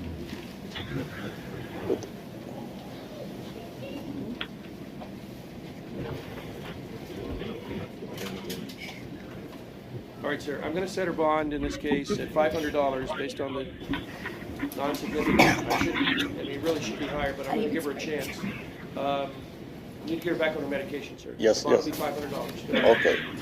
Thank you. Christina All Moore. right, good luck. $500 bond. That's good. Where am I get that from? I guess that gentleman who... Your Honor, Ms. Moore is a medical reset. Oh. Okay. Medical reset? Yes, sir. Thank you. Heather Johnson. Judge, she's present at the main. Lori Fishman is her attorney. All right, well, she's charged with a VOP, ma'am. You're charged with violation of probation for community control. Therefore, there's probable cause to believe you may have committed this offense. You're going to be held without bond. Your case will be heard July 21st at 8:30. Make sure you advise your lawyer. July 21st at 8:30, all right? Okay. Good luck. Okay. Does Ms. Fishman know you're here? Yes. Okay. Good luck. Thank you. April Hollis, petty theft. Paul Ryan. All right. Mr. Attorney? Yes, she does, Judge. Priors include. Are you April Hollis? Yes, sir. You're charged with petty theft, stealing from We a don't have public. to even get into that. Yeah. Is an open case? She's out right now in a felony petty theft.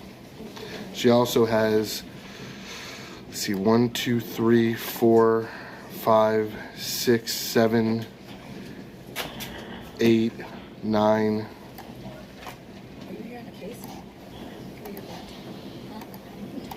9, 10, 11, 12. 12 thefts in Broward County, or theft-related offenses, some felony, some misdemeanor, in just over the past 10 years. All right, ma'am. Your bond is increased to $2,500 based on your prior history. You'll have to post those bonds and see the judge. A condition of your release is you are not to go back to the Publix where this incident occurred at 1405 South Federal Highway in Pompano. You cannot go back there, ma'am. Good luck to you. Keisha Johnson, North Broward. Johnson's in North Broward, Your Honor. All right, good morning, Ms. Johnson. You're charged with possession of cocaine, possession of drug paraphernalia, trespassing in an unoccupied structure, and an allegation of violated probation or community control. I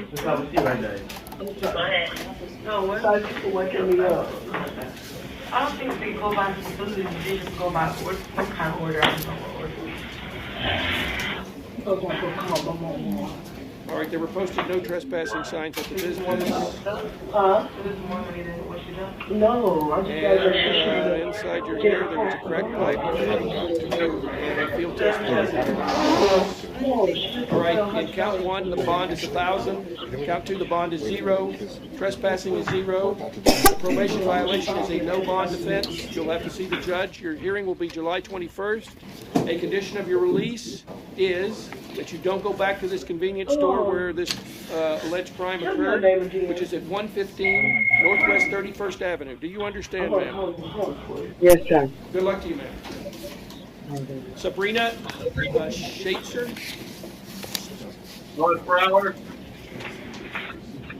All right, good morning, ma'am. You're charged with contempt of court for allegedly violating a no-contact or restraining order.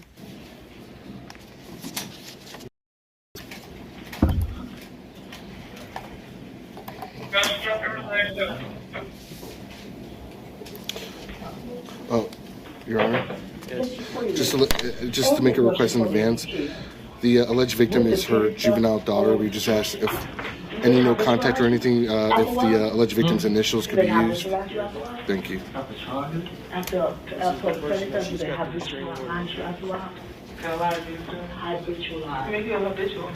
right, ma'am, I take these violations of restraining orders serious. You were under a no-contact order with the alleged victim in this case, who is a juvenile and whose initials are KDR. Do you work, ma'am? Yes, I do. Where? A catering service, the North Catering. Previous record. Your Honor, well, I provided you a copy of the probable cause affidavit from the pending battery case where the no contact order was issued that Ms. Schaitzer was arrested for, and that's still pending now. Other priors include prostitution, 2 separate cases last year. Uttering a forged instrument last year, she violated her probation. All right. On the contempt of court charge, ma'am, based on your prior history and failing to comply with the court order, your bond is increased to $3,000. You are to have no contact with the alleged juvenile victim, whose initials are, as I said, KDR. You understand, ma'am? Yes, sir. Good luck to you, ma'am. Joanne Bozant. Johanne Bozant. All right. You folks in that case? I'm the mother. I'm John's mother. All right, hang on a second, please. I'm appointing the public defender to represent her for purposes of this hearing. Ma'am, you're charged with 3 cases of neglect of a child without great bodily harm. Give me a second, please.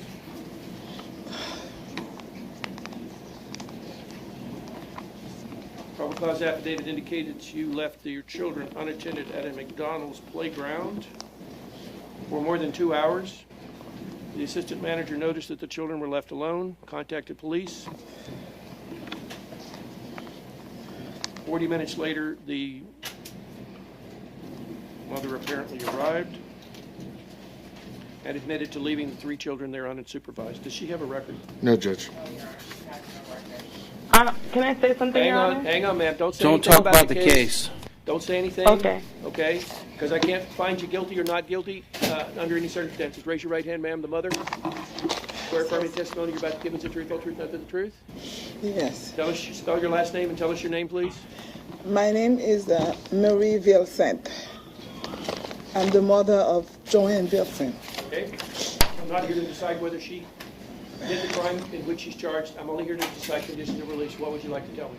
I'd like to talk about my daughter's personality. My daughter, I've been with my daughter 24 years ago. Okay, I'll talk. I'm having difficulty understanding her. Never have any problem with the law.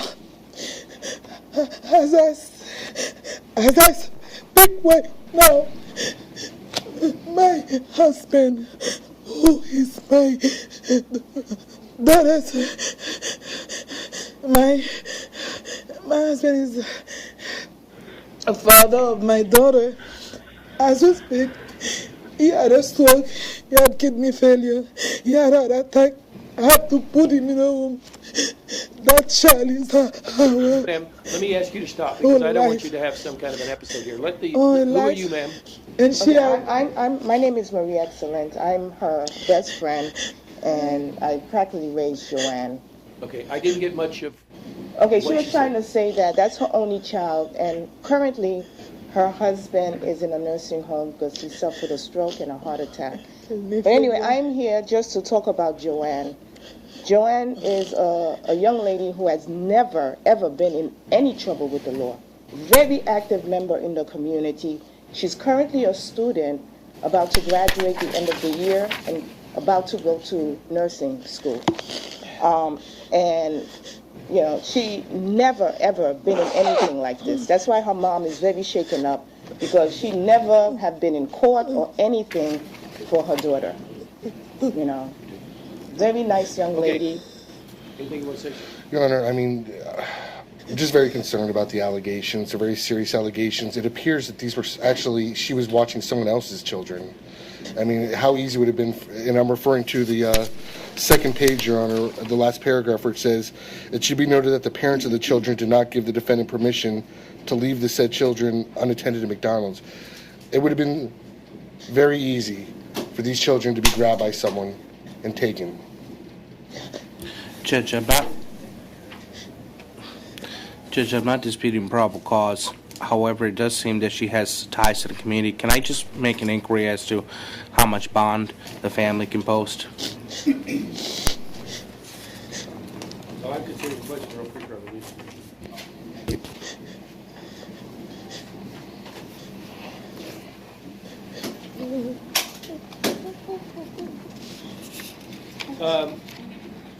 Ms. Vilzant, do you work, ma'am? No, I'm not working, and I was basically doing a favor for the family of the children because the children's mother. Oh, wait! Don't tell me about the case. Okay. I don't really know. I don't really want to know. I was ill, so I haven't been working because I've been ill. But I am in school. I go to school. All right, ma'am. I'm going to place you on pretrial release. These are serious charges. You're going to have to work these issues out with the state and with the alleged victims in this case. Based on your ties to the community and other reasons and the way I read this probable cause, I'm going to place you on pretrial release. You're going to have to follow all of the conditions of pretrial release and report there. And you're going to have to answer for these charges in front of the division judge. Good luck to you. Thank Your Honor, you, we would Judge. ask for no contact with Yes. the... In the event that you should make these, ma'am, listen to me. In the event that once you get out, you are to have no contact with these children who were left at the McDonald's. I think the initials are JALA and NALA. You cannot have any contact with these children under any circumstances. Do you understand? And there's a third one, JH. And JH. Thank you, Do you Judge. understand? You all understand? Yes. She cannot have any contact with these children at all. She'll be released, but she's going to have to go report and follow all of their regulations, which includes drug screening, etc. And she's going to have to answer for these charges in front of the judge. Do you understand? Okay. Yes, sir. Yes, sir. She'll be released later today. Good luck. Okay, thank you very Thank you very much. Good luck to you, ma'am, with your problems. Good luck. Thank you. Thank you. Stacy Martin? Stacy Martin? All right, Judge. All right, thanks. Stacy Martin, are you there? Your Honor, this is just a change of charge. Stacey Martin and Paul Ryan, but she's down at the court now. Your Honor. She's at main jail courthouse. The bond was originally set at 30. Jail courthouse.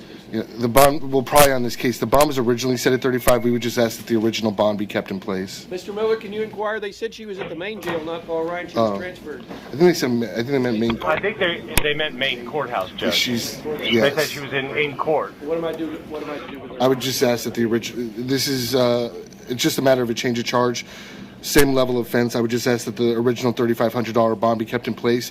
Any opposition by state public defender doing that? She has no bond holds files on other stuff, so no. All right, so I'll make such a finding, provide probable cause on the charge of fraud, keep the bond at $3,500. Cadero Ring? Mr. Ring is present at the main jail, Judge. He would like to resolve these cases if the court is so inclined. These are city charges, so I am prohibited from participating in the These are discussion. municipals. Is anyone coming? What city is this? Fort Lauderdale. Fort Lauderdale people coming today? Do we know? They're always here in the afternoon. All right, I'll set your case at 1:30, sir. 1:30. There'll be a lawyer here on your behalf at 1:30. We'll see you then. Thanks, sir. James Robert Keller, present at the main, Judge. that's not a tattoo.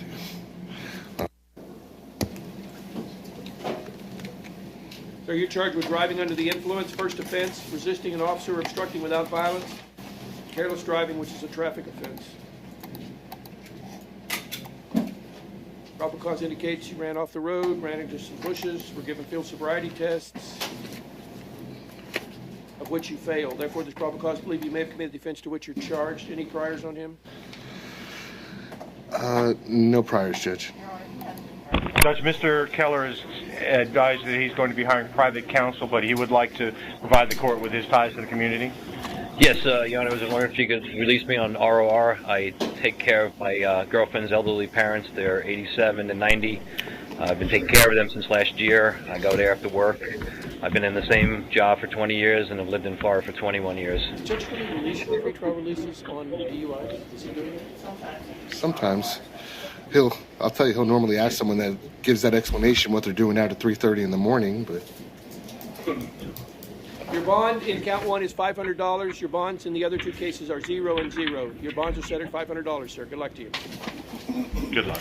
William Sherman. North Broward, Judge. A long ways to go. Hello, Meredith. How are you? Sherman's at North Broward, Your Honor. Thank you. Well, Your Honor. Good morning. You're Mr. William Sherman? Yes, sir. All right. You have 6 capiases for your arrest.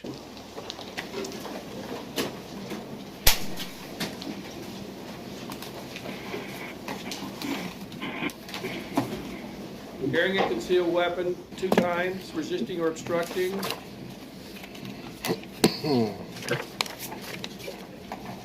Why is this a duplicate or are these the same charges? Sorry, sir? He's just been charged. Here, I'll check Odyssey, 6, but but there's only really 3. 1 moment, Judge. Hang on, sir. Yes, sir. Same thing, July 13th, 2010. What's going on They with charged this? him with the same thing there 6 times. It looks like.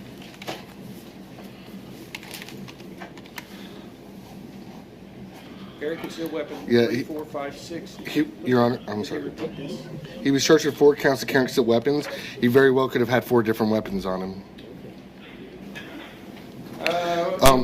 Work, sir? Sorry, sir. Well, it's my understanding the charges were dropped, sir. I could be wrong, but that was my Your understanding. Honor, this was going through. Can I just have one moment, Foz? Could you come here for a second? You might understand this better than me. We're checking on your situation, sir. Just hang on. I don't know what Thank you, sir. Okay, he was all right. He was found incompetent. It was never dismissed. I don't know what this is. What is that? Mental Reopened Hospital Active? What?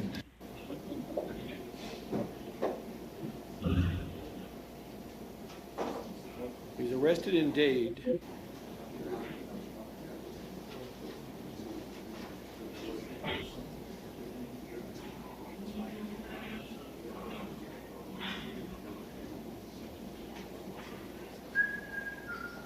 Confirm whether he was, if he capious is how do they confirm it? That he remains incompetent. Yeah. He needs to go to Judge Levy Cohen. I mean, I'm all for getting him there as quickly as possible. Your Honor. No, it doesn't have to go there. No, it doesn't have to. Yeah. Judge. Does he have any other record? I'll check, but what's going on here, though, the issue is he was found incompetent. And I'm not sure what was going on with the case, but he then, within a couple months of being found incompetent, he didn't show up in court. Well, this on this thing has a written, sorry for interrupting you, it says status ICC hearing, division something, 7/24 at 9:30 a.m. Rules with regards to declaring incompetent after your findings, the court shall dismiss unless there evidence that the defendant has restored competency in the foreseeable future. Well, what does this mean, though? It says it looks like he has a competency hearing on July 24th. Then that's. That might be a competency status. It seems that the capias was served. Well, he was in Dade County Jail, and they served these capiases, and they extradited him to Broward based on these capiases. That's what I'm looking at the paperwork. And Your Honor, it's true. If in a year his competency hasn't been restored, it's to be dismissed. The problem is he was capious within a couple months of being found incompetent. If he's not available, if he's not returning to court, then they don't have the ability to examine him to determine if competency has been restored or not. I'm just asking, Your Honor, based on what's going on here, that he just get in front of Judge Levy Cohen. I'm going to leave the bonds as they are, and I'm going to order him to appear on July 24th. Possible days the 16th, that means 8 days. That's next Friday he'll be in court. Who is this in front of? Judge Levy Cohen. Is there any way to get this matter earlier due to the finding of incompetency? Somebody that's mentally ill. I mean, jail is not the right place for somebody getting treatment for a mental illness. And based on those findings, I would just ask for an earlier court date so they can resolve whatever issue they need to do with that court. May I make one comment, sirs? No, I'm trying to get you in court earlier, sir, so you can resolve your case. I'm going to get my assistant. Oh, yes, sir. Thank you so much, Judge. And I would also ask for a mental health screen. All right, we're going to order a mental health screen. I find probable cause based on the warrants. Your bonds are set at $2,500 on all 6 cases. Your hearing is July 24th, but during the lunch hour, sir, I'm going to call the judge who's assigned the case, see if I can get you in on Monday or Tuesday of next week instead of having to wait that long. All right? And you're going to see the judge. Okay? May I say one thing, sir? Sure. May I say one thing, sir? Sure. It was my understanding, sir, that all the charges were dropped, sir. Well, we can't establish that here in the courtroom. We do not find that. We're worried about your the competency issues that you're seeing the judge for. You're seeing the judge. I'm going to try to move this up to Monday or Tuesday, and we're going to verify that. All right? Okay, thank you, sir. We're going to try to get you released, sir. Good luck to you. Okay. But I'm homeless, sir. All right, we'll try to get you released. Thank you, sir. All right, let me write this down. Yeah, you can step in. He'll call you in a minute, okay?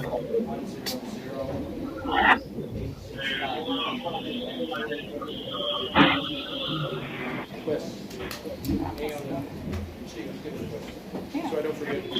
All right. Man, we got to keep going here. Ted? Julian. Ted? With Broward, Judge. Julian, No, it's Broward, Your Honor. You're charged with 2 counts of violation of probation community control. This was misdemeanor violation. Yes, Judge. Why would this just be in the bond? One moment, Judge. Possession of cannabis in one, cannabis in another. BOP hearing is set July 22nd. There's probable cause in your case, sir. Your hearing set July 22nd. You work, sir? Yes, I'm a chef, sir. Where? Flashback Diner. You have money to make a bond in this case, sir? No, sir. Yeah. Yeah, it's really. I can tell you, Judge, that because I guess Judge Levy Cohen was informed that he was in Dade County Jail, so she actually filed an order having him transported. But I guess they brought him up before the date was set for the hearing. But she is she's aware that he was in jail, I believe, for other reasons. All right, I'll leave the bonds as they are. Your hearing will be set July 22nd, sir. July 22nd, you'll see the judge. Good luck. No problem. All right. Randolph Jones. North Broward. Judge, this is also a municipal ordinance case. Will the court reset for the afternoon? We're going to reset your case at 1:30, sir. 1:30. You'll come back and we'll have a lawyer for you at that time. Yes, sir. Andrew Kless. Main jail judge. Kless, you're charged with petty theft from a CVS on Federal Highway. $117 worth of razors. Do you have a record? I don't have the paperwork. I can spell it any way you want. I don't have the paperwork. One moment, Your Honor. You work, sir? Hey, I'm an irrigation technician and dancer at night. I work for Home Run Irrigation in Pompano Beach. How long have you lived in Broward County? Well, I'm from New York and New Jersey. I've only been here in Florida since February, so I'm relatively new for a few months. I've been working since I've been down here, though. You have a permanent address? You have a stable address? A stable address? Yes, 1251 Northeast 39th Street, Pompano Beach. What's But it's not on file yet. I haven't filed for a driver's license in Florida. Any record? He had a disorderly conduct in New York beginning of this year. All right, sir. I'll leave the bond at $100, and you can go to court and fight these charges. I will also consider accepting a no contest plea to the charge of petty larceny. Sentence you to time served. Which would you like to do? I'd like to do the time served, and thank you very much. Appreciate it. All right, I'll send you to time served. No contest plea on the charge of petty larceny. You'll be released. Stay out of trouble, sir. Okay, thank you. Okay, good luck. Hold on. Todd Byrne, Yenner. Main jail judge. Yenner, you have a bunch of traffic KPSs. How old are you, sir? 20 years old, sir. You got give me his driver's license. Well, and Your Honor, I can tell you the reason Judge Robinson set him at these cases at no bond is that Mr. Yernard failed to appear at a state's motion to revoke his bond. He's also, this wasn't his first failure to appear on this case. Mateer, you're next. Sir, you gotta slow down. You're gonna end up in serious trouble here. 08, 010, 11, 12, 13, 14, 15, failing to appear, and a multiplicity of traffic citations. You are not doing very well there, Mr. Yennard. And Your Honor, just to advise the court on counts 2 and 3, I didn't check the other cases. Mr. Yernard has failed to appear in court on 3 different occasions. I suppose that's why Judge Robinson felt to get him in court, she's got no choice but to hold him no bond. I mean, I agree with her. I mean, looking at his license, he just decides he don't want to come to court. Do you work, sir? I start construction, yes, sir. Sir, you're young. This is, in my opinion, just all stupidity. If you don't show up in court, they're going to hold you in jail until you do. Do you understand that? Yes, sir. I mean, that's your predicament now. I mean, and I'm not going to disturb Judge Robinson's bonds here because it's clear you haven't shown up in court and you live here and you seem like you're an intelligent person. I'm finding probable cause on all of the counts, and you're being held on no bond on counts 2 through 8. The good thing is you'll see the judge July the 20th. So you're going to have to spend in jail in the weekend, and you need to get this resolved, sir. And you need to not drive like a maniac, because every time the police are going to stop you. Okay? Yes, sir. You're going to have to see the judge next week. I can't disturb these bonds because you haven't shown up in court, and it's the only way they're going to get you to show up there. So get these things behind you and move on with your life, sir. All right? Yes, sir. Good luck to you, sir. Thank you, Judge. Thank you. Come on, Daryl. Danielle, Daryl Matier. Judge, Mr. Matier is present at the Maine. He's wondering if the court would consider resolving count 1 so that he can pay the purge amount and be released. All right, you're on traffic KPS. I turned myself down by the way. Let me find out his driving record. Yes, sir. Matier. Got it.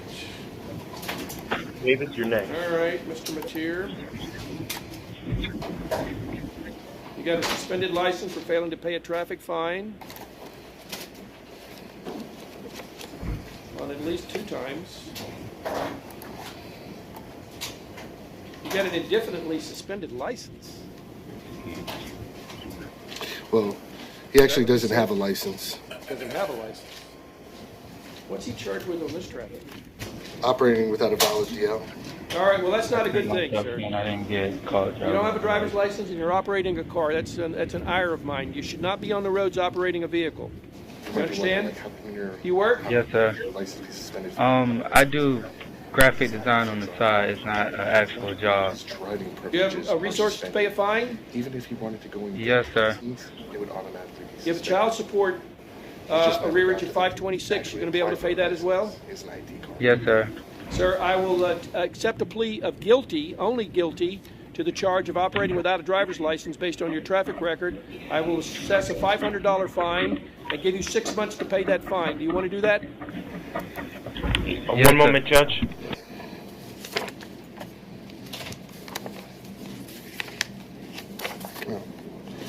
They put this guy's out of state hold in the middle of my document.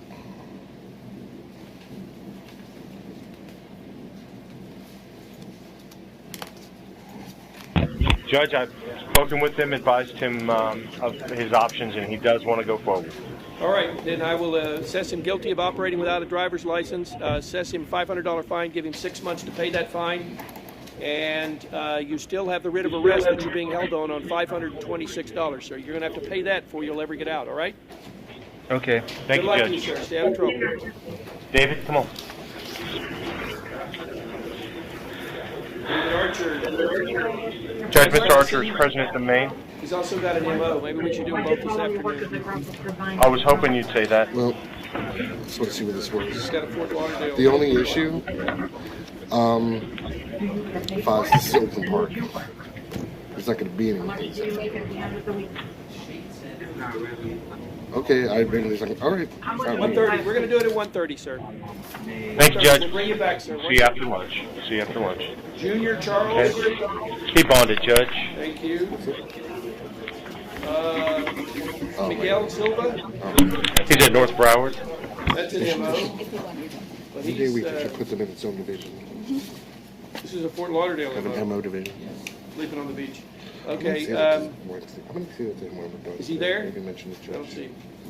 Wednesday. Anybody in North Broward on Miguel Silva? He'll be reset to 1:30. Silva 1:30. Stephen Hall. Judge, Mr. Hall is present at the Maine. He is anxious to, he's interested in resolving these charges if the court is so inclined. You have possession of cannabis, drug paraphernalia, and trespassing. Probable cause to believe you may have committed all 3 offenses because you have a record. Yes, Judge. Tavares, battle. Record. Tavares, battle. You work, sir? You working? Yes. Where do you work? Trojan labor. How long you been there? Since February, it's like 5 months. What did you say, Mr. Stitcher? He's, the most significant cases, 2008, Berg structure, grand theft, possession of cocaine out of date. He went to prison on. I don't know if you need anything else. No, there's a dispute here about even where this cannabis was found. I'll resolve your case, sir, if you wish to the charges, on all 3 charges, with a plea of no contest to all 3 charges, and you'll be sentenced to time served. Do you wish to do that? Judge, one moment, Judge. Would the court consider a withhold on these and judicial notice of time served. I said withhold. You said time served, which is implied adjudication. Time served. Well, I'm saying when you say if it's a withhold, it's a withhold judicial notice of time served. If it's just time served, that normally results in an adjudication. Okay, so which one is beneficial to him? To him, Withhold, Judge. All right. I'll withhold on these cases then. On all three cases, you'll be sentenced to time served.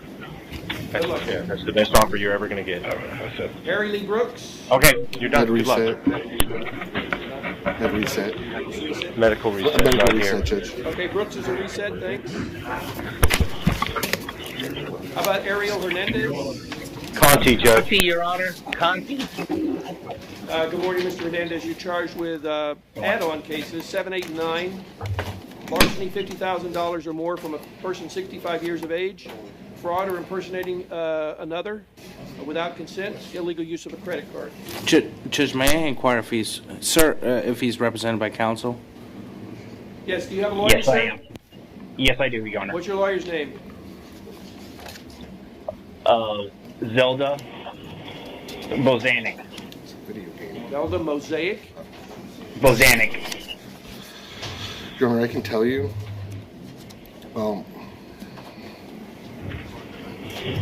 Yes. Okay. Your Honor, PC's already been determined by Judge Porter with special release conditions. I can tell you on the first 6 counts, he's being held on $550,000 worth of bond. I would just ask that the bonds that Judge Porter set be kept in place in the special conditions. He won't be prejudiced because there's a nebula requirement, which means he would have to see his assigned judge anyways before he'd be eligible for release. Okay, I don't have a problem doing all that, but I would like someone, and I'll put him on recall for 1:30 to give the benefit of the doubt to the lawyer, to call her and see if she wishes to be present. So we're going to recall your case at 1:30, sir. We're going to see if we can find your lawyer if they wish to be present for these hearings, okay? Okay, thank you. 1:30, please. Can someone call that lawyer? I will attempt to. Dale. Yes. Hi. Do you know Miss Bozanic's number? She was here. I do, in fact. Can you let her know? I guess during lunch that Ariel Hernandez is here on additional counts, her client. I will absolutely let her know Okay. during lunch, and hopefully she can make it down here. You're awesome. Thank you, Mr. Miller. It's true. Dolores Babbitt? Thank you. Actually, he's not. The Horace Battle Judge is in regular court. He's in 4170. He's being he's being represented by Carlos Canet. Carlos Canet. Mr. Battle, you're charged with resisting an officer. Judge, no, this is not Mr. Battle. He's in regular court. Oh, he's already in a courtroom somewhere? He's in 4172. All right, well, we need to reset his case. Yes, sir. I'll send Mr. Canet an email as well. Maybe we ought to reset it. I don't know until tomorrow. I don't know if I'll get him over here. I don't know. Your call, Judge. Let's reset it at 8:30 in the morning. His case, yeah.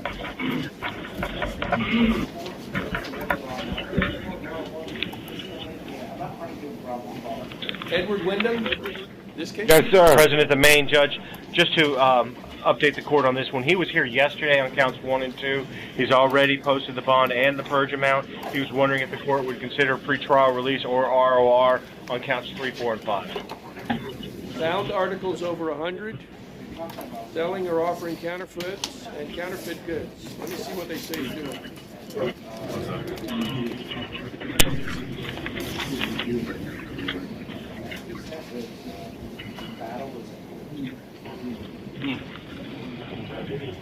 Finds allegedly to sell DVD movies. What's this sound? Is this playing loud music?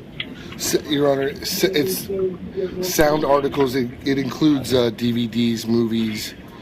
Okay, you say he's posted the bonds on counts 1 and 2? Yes, Judge, that's what I'm told. I will ROR him on counts 3 through 5. Thanks, Judge. Good luck. Thank you, Your Honor. Good luck to you, sir. Good job. Don't be selling Good luck. those illegal goods. Jimmy Jean-Baptiste. Jimmy, come on up. President, the main judge. Okay. You're charged with criminal mischief.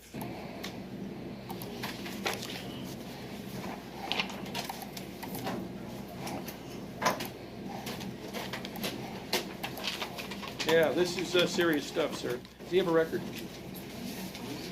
One moment, Your Honor. Patrice, could you let the court know?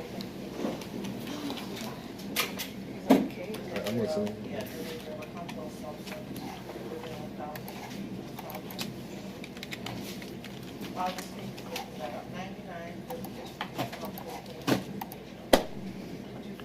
Hi, is Ms. Bozanic here? Sir, do you work at Northern Auto and Truck? Sir? Dale? I'm sorry, what was the question? Do you work at Northern Auto and Truck? Yeah, I used to. I dropped out of Mechanic Techno for auto mechanics. Yes, Your Honor. He is.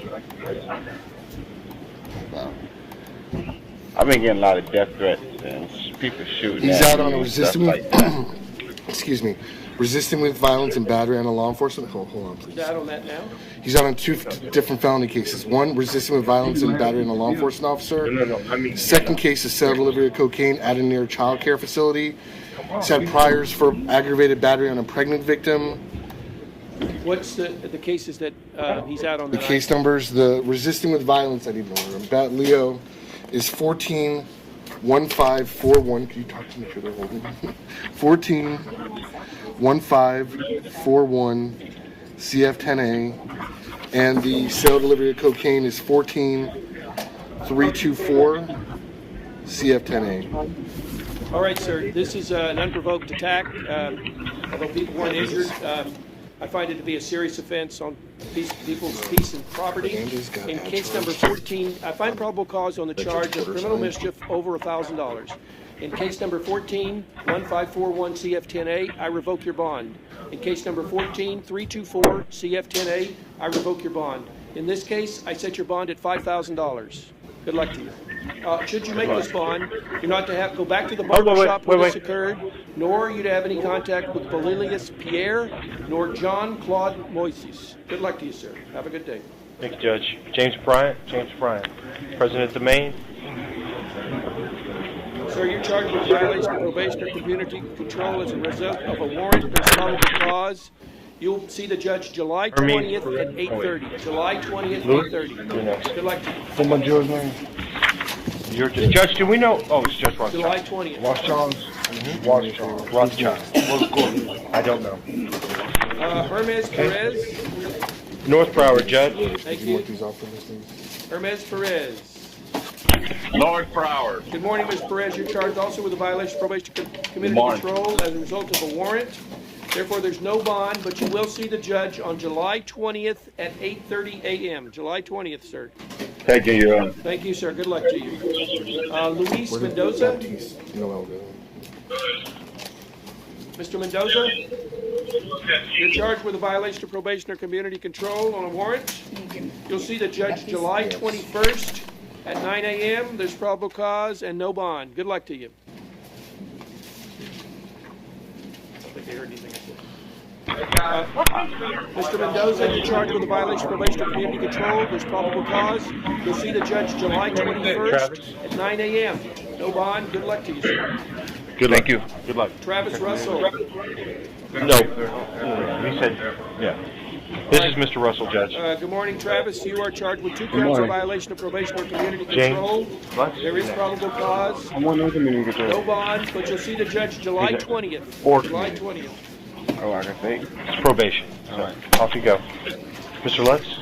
James Lutz. President of the Maine. A warrant for your arrest for violation of probation or community control. There's probable cause. No bond, but you'll see the judge July 20th, sir. July 20th at 8:30 a.m.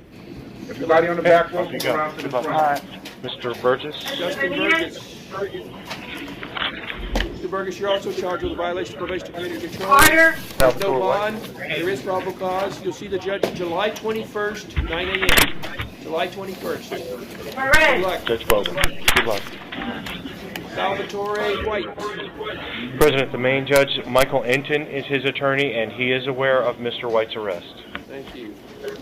Sir, you're charged with William 2 cases. Rankin. Traffic capias. And Tony, you're next. And you're also charged with a violation of probation of felony, pretrial conditions of release. In count 1, your bond is $500, and in count 2, there is no bond. You're going to have to see the judge, and I don't have a trial date on you, sir. You'll have to get that through your lawyer. So you'll be held out bond to see the judge next week. Good luck. Thank you, Judge. William Ray Rankins. North Broward, Judge. North Broward, Your Honor. Good morning, Mr. Rankins. You're charged with violation of probation or community control. There's probable cause. There is no bond. You'll see the judge July 20th at 8:30, sir. July 20th at 8:30 to resolve your case. Good luck. What are the charges? What are the charges again? Well, they're claiming you violated probation or community control. What It is says community here control? that you were in possession of drugs, cocaine and heroin. Good luck. There's an initial charge. What is control? I don't know what community control is, Your Honor. All right, well, it's violation of your probation. You were on probation, you had conditions set forth, and so they say you violated that. You'll have to see the judge next week. Good luck. Antonio Vergara. Judge, Mr. Vergara is present at the main. Scott Hecker is his attorney. Mr. Hecker is aware of his arrests. All right, he's got some serious charges. He's got 2 probation violations also. Yes. You want to reset this so Scott can come What's in for his you? lawyer's name? Scott Hecker, Judge. Did somebody try and call him, and I'll reset him for 1:30? If he can't, we'll reset him for tomorrow. Okay, I'll take care of that, Judge. 1:30, we're going to try to reset your case. Got it. Yes, he's coming back. Kiri Marks. Kiri Marks. Present at the main, Judge. You. Navarro. I don't know where you live. All right, sir, you're charged with 5 cases. You've got an out-of-county hold, and you've got 4 capiases, which are no bond capiases. So there is no bond in your case. You'll see the judge for a status on July 21st at 1:30 on one of the cases, and July 21st at 8:30 on the other cases. Until then, you'll have to stay in jail, sir. Good luck to you. What do you mean by status? Status. That's where they talk about where you are in the case and determine what to do next. Ruel Navarro, grand theft. Mr. Navarro, bonded, Judge? Thank you. She said Jeremiah Ketton. He's present at the main, Judge. All right, Jeremiah, you're in the same predicament. They allege you violate probation or community control. There's a warrant. There's probable cause. You'll be in jail until July 21st at 8:30. They're going to take up your case. July 21st. Right, you have a bond, but if you bond out, go to court on the 21st. All right, good luck. All right, on Thomas McCafferty. Present at the main. Allegation of probation or community control. Oh, man. All right, no alcohol or drugs. You violated allegedly your conditions, sir. You'll see the judge on July 21st. No bond. July Tuesday. 21st. Tuesday? Mm-hmm. Good luck. Thank you. Marquis? Mr. Jackson, you're charged with violation of probation or community control. There's probable cause based on the warrant. You're going to see the judge July 20th at 9 a.m. Thank you. Thank you, Judge. Good luck, sir. Ooh, Antoine Dustin. He's here, Judge. Samandre is his name. Samandre, thank you. Allegation that you took an iPad. Do you have any kind of record? I had a 2015 petty theft at a date. 2015 petty theft? At a date, yes. Do you work, sir? Yes. Where do you work? Labor for hire. How long have you been doing that? About 6 months. Well, you have a prior theft in your history. This one looks pretty, not very good for you as far as the facts. I'll reduce your bond to $500, sir. Good luck to you, Stand Pro. Thank you, Judge. Okay, off you go. Good luck. Michael Fagan, 4. Present at the main. Michael, you're charged with violation of probation. There is no bond and there is probable cause. You're going to see the judge July 21st, 9 a.m. Thank Good you, luck. Judge. Tyrone? Tyrone Solomon. Main jail. Sir, you're charged with violation of probation Tony. and community control. There's probable cause. You'll see the judge July 20th, 8:45 a.m. Thank you, Judge. Good luck, sir. Tony McKibben. He's present at the main, Judge. Same issue, sir. Violation May- of probation may- or community control. There's probable cause. July 21st, 8:30, sir. July 21st, 8:30. Thank you, Judge. Good luck. Should we try to get Yes. Pietropina Pinto. Yes, Judge. President of the main. Judge, we're requesting the court sign an order allowing Mr. Pietro Pena to obtain documents, court documents that he has in his property that he believes will be helpful when he sees the judge on Monday. We need an order in order to allow him to get his property and take those documents to I'll court. let him get his court documents. We'll sign an order in the courtroom on that. Thank you. Thank you, You Judge. have capiases for 3 cases: possession of drug paraphernalia, possession of cannabis, and resisting without violence. You also have a violation of probation allegation on count 4. So the bonds in 1, 2, and 3 are $500, and your violation of probation is no bond. But you'll see the judge July 20th, and I'll sign an order to get your papers, sir. Thank you, Judge. Appreciate that. I'll call her. All right. All right. She has to notify. His name is Falaka. Falaka? Yeah, 7750. She was the PD that helped me out. Really good job. Okay. Thank you so much. Good luck. You're welcome. Kendrick Edwards. Kendrick, you're charged with grand theft at a Home Depot, a Makita drill. It appears that you were caught on video. There's probable cause to the charge. Does he have a record? 1 moment, Your Honor. Felony petty theft, 2014. Petty theft, another petty theft, Thank you, that's 2013. enough. All right, sir. Because of your history, your bond will be $1,000. You'll have to post that bond. You're also prohibited, should you post that bond, from going back to the Home Depot where this incident occurred on 1701 West Oakland Park Boulevard. You cannot go back there, sir. Good luck to you. That's true. Willie Brown.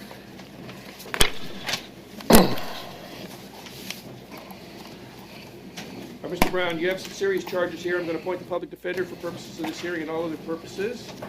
You have a charge of sexual assault with a weapon on a victim over 12 years old, and a second count of sexual assault with a weapon or sexual battery on a victim over 12 years of age. There's a warrant for your arrest from the criminal courts. Based on that arrest, there is no bond. Your Honor? Yes. The court has to make a finding of proof evident or presumption great. They got to review the affidavit? Absolutely. Give me a second, sir. Thank you, Judge. I do not have a copy of the affidavit. I read it, Dale. Thank you. And while we're in a pause mode, I would ask, I would invoke Mr. Brown's right to remain silent and ask that no law enforcement officers speak with him without his attorney present. Hold him outside of the used restroom. Bring him back to the Bumpers? Bumpers, you're next. You wait. You're not done yet. I mean,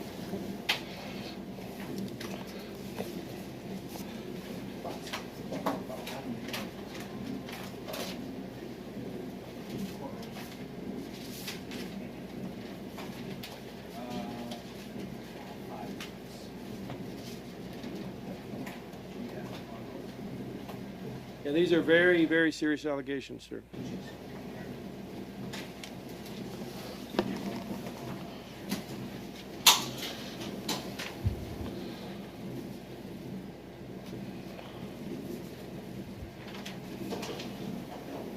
Based on a review of the probable cause affidavit, I find there is proof evident and presumption great of the offenses as to these sexual batteries on these 2 alleged victims. Therefore, you're held without bond. and Your Honor, it's one alleged victim is 2 separate acts, though. Right. A couple other issues before he leaves. Well, obviously, there's a no contact Yeah. with the alleged victims. And with that's CL. CL, right? Additionally, Your Honor, the defendant is currently out on bond before Judge Bidwell in Rockcourt on charges of burglary, dwelling, and felony petty theft. It's up to the court to determine if you want to sua sponte or revoke his I bond. want to in that revoke case. his bond. What's the The case? case number is 14-2608 CF10A. In case 14-2608 CF10A, your bond is revoked, sir, and you will be held without bond. Good luck to you, sir. Matthew Bumpers. Matthew?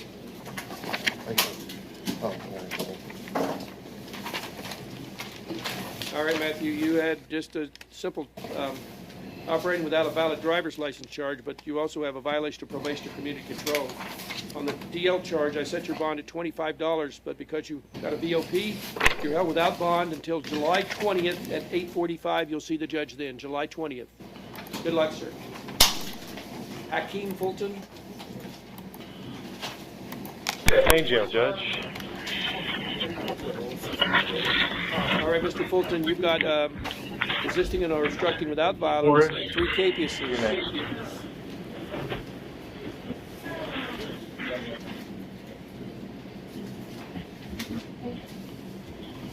All right, you clearly ran from the police, so that's a probable cause on that. Let me see what the capiases are. I just missed court.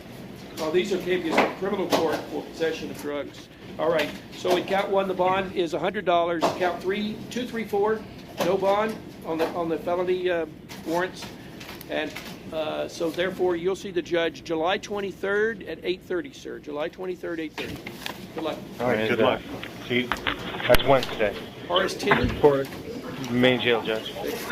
Decline PD, Judge. Thank you.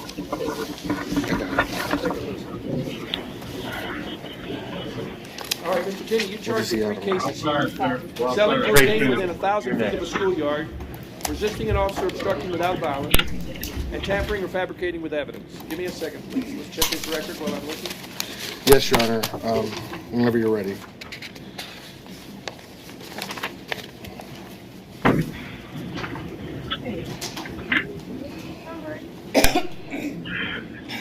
All right, so we might be all right. You want to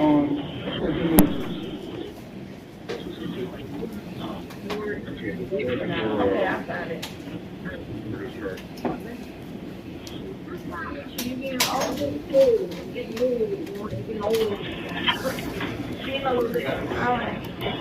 You ready to go now? Yeah, you guys have the ability to check the data warrant issued. Oh, you ain't ready? I don't. They have it. Okay, there's a field test positive on crack cocaine and another agent, cobalt,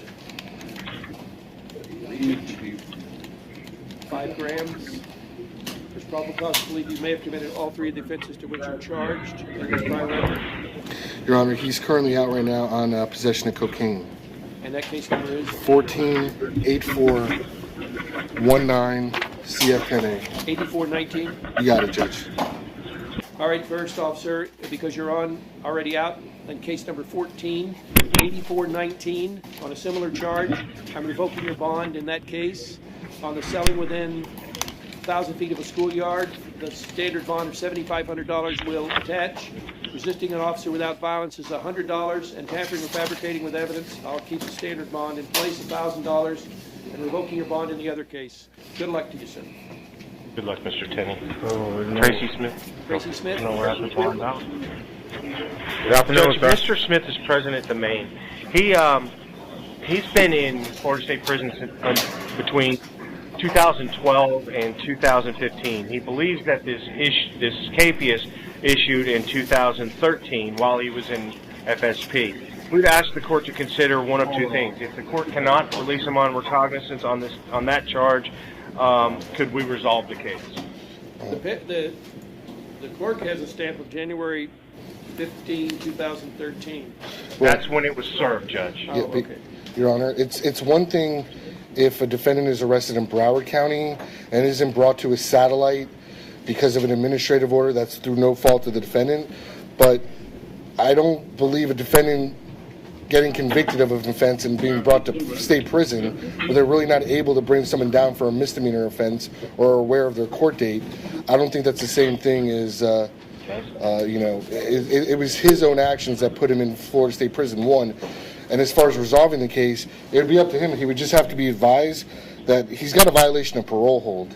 And if he... I don't know, Mr. Miller. I'm inclined to send him to the division and let him resolve it all together. I'll reduce his bond on the capias to $1,000. It's not going to help him much because he's being held on the violation of parole. But I'm not inclined to resolve it in light of what's going on. So I'll set his bond at 1,000 on the KPS. Okay, we tried. And he'll have to see the parole board on the violation of parole. Good luck. Okay. Thank you, Judge. Appreciate that. That's all I could do for you. When would I see the parole board? Within the next 2 weeks. Okay. Jeffrey Pagan. Nathan Allen. Oh. He's at North Broward, Judge. Do you have a record? Yes, Your Honor. I'm getting that right now. North Broward. All right, thank you. Mr. Pager, you're charged with don't think he shoplifting from a Target. Yes, Your Honor. Nothing significantly valuable, that's for sure. There's probable cause. You were caught with the goods. They were recovered. I'm going to see what your record is, sir, to see if I can resolve this. Do you work? I'm disabled veteran, collect veteran disability, the VA. Do you have a permanent address? Yes, I do, sir. Where is it? 48 Southeast First Avenue, Delray Beach. He might have an open case. How long you live there? Over 2 years. Trying to see what happened. I got a second offense on a minor crime. It's not open. We got anything on him? Last year, out of Palm Beach, tampering with physical evidence, resisting an officer with violence. No. Hang on, sir. Hang on. He just read what's on the screen. Those was dropped. Well, I'm just, and for the record, I'm going by CCIS, the Florida Court Clerk's computer database. Last year, drug paraphernalia out of Palm Beach. Theft last year out of Palm Beach. A theft in 2012 out of Palm Beach.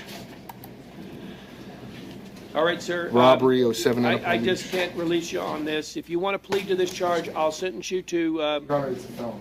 Oh, it is a felony. Is this a felony? Yes, it's a third or subsequent. All right. Your bond is set at Sorry, I can't resolve your case, sir. The bond is set at $750. You'll have to post it and see the judge. A condition of your release is you not go back to the Target where this. Yes, Your Honor. Can I say one thing, Your Honor, please? Sure. The tampering charge was dismissed, and I never had a resisting arrest with violence. Those are not true. That's not true. I don't have those charges. I'm not setting your bond based on that. I'm setting your bond based on all the other petty theft charges. That's the problem. Okay? So what is my bond? $750. Good luck. All right, we're making progress. Uh-oh. You can see the finish line. Altenor. Your Honor. He's present at the main. Mr. Altenor, when he first came through, Judge, he was charged with murder in first degree. I think I did this case. Really? Now they charge. No.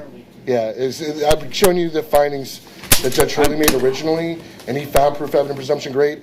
It has been charged now has been filed as a murder in the second degree.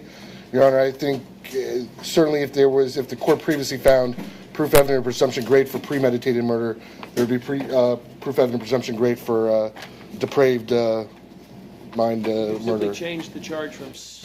It was downfiled from first degree murder to second degree murder. All right, I'm not inclined then to disturb Judge Hurley's findings on the proof evident.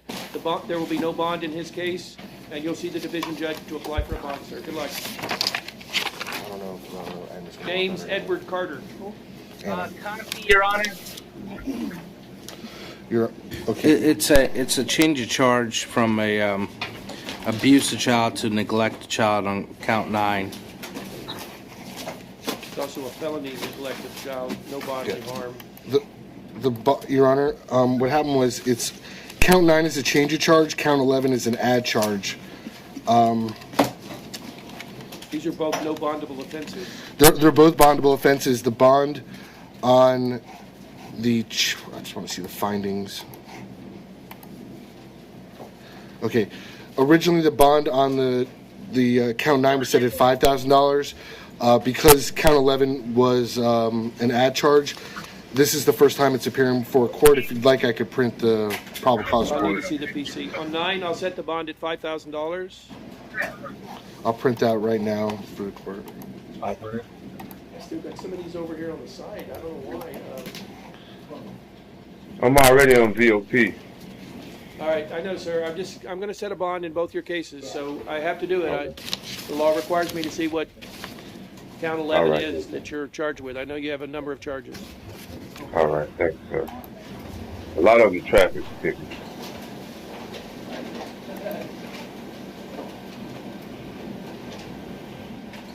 And I can, you'll see when you read the PC, the reason it was an ad charge was the allegation there was 2 children there, so they did 1 count per child. This is an allegation of child neglect, essentially, isn't it?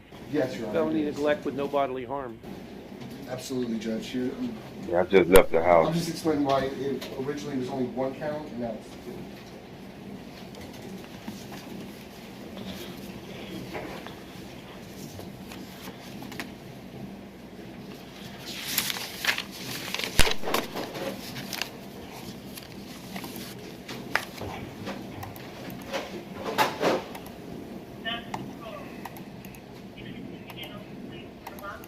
In count 11, I set your bond at $5,000. Find probable cause. So you'll have to resolve all these cases with a division judge, sir. Good luck to you. Have a good day. All right, thank you. Christopher Benitz. Me too. Yes, copy, This Your is Honor. change of charge, Your Honor. Delivery of one type of drug to another type of drug. The bond was originally set at $2,500. We just asked that that be kept at $2,500. Change of charges. Therefore, there's probable cause in this case. Your previous bond was $2,500. The same bond will stay in place, sir. That'll be your bond on the change of charges. All right? Delivery Thank you, sir. of ethylone? Yes. All right. Good luck to you, sir. Thank you, sir. Shelton Graham. You got anybody left, Mr. Miller? North Broward, Your Honor. Shelton Graham, you're charged with grand theft auto, sir. This indicates that you took a vehicle without the victim's permission. When was this, sir? Says on I've been the- locked up for 3 months.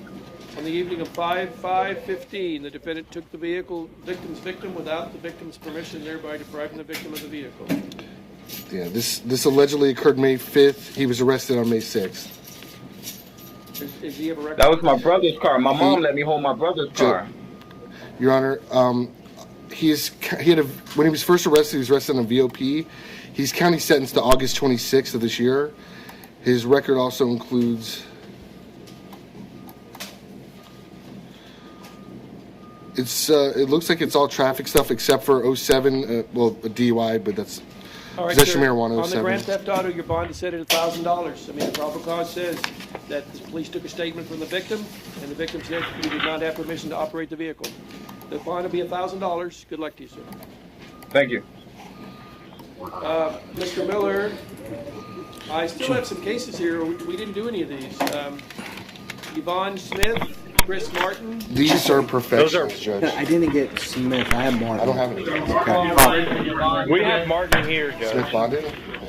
Chris Martin is there. Your Honor? He is, Judge. The issue, yeah, there was no PC found yesterday.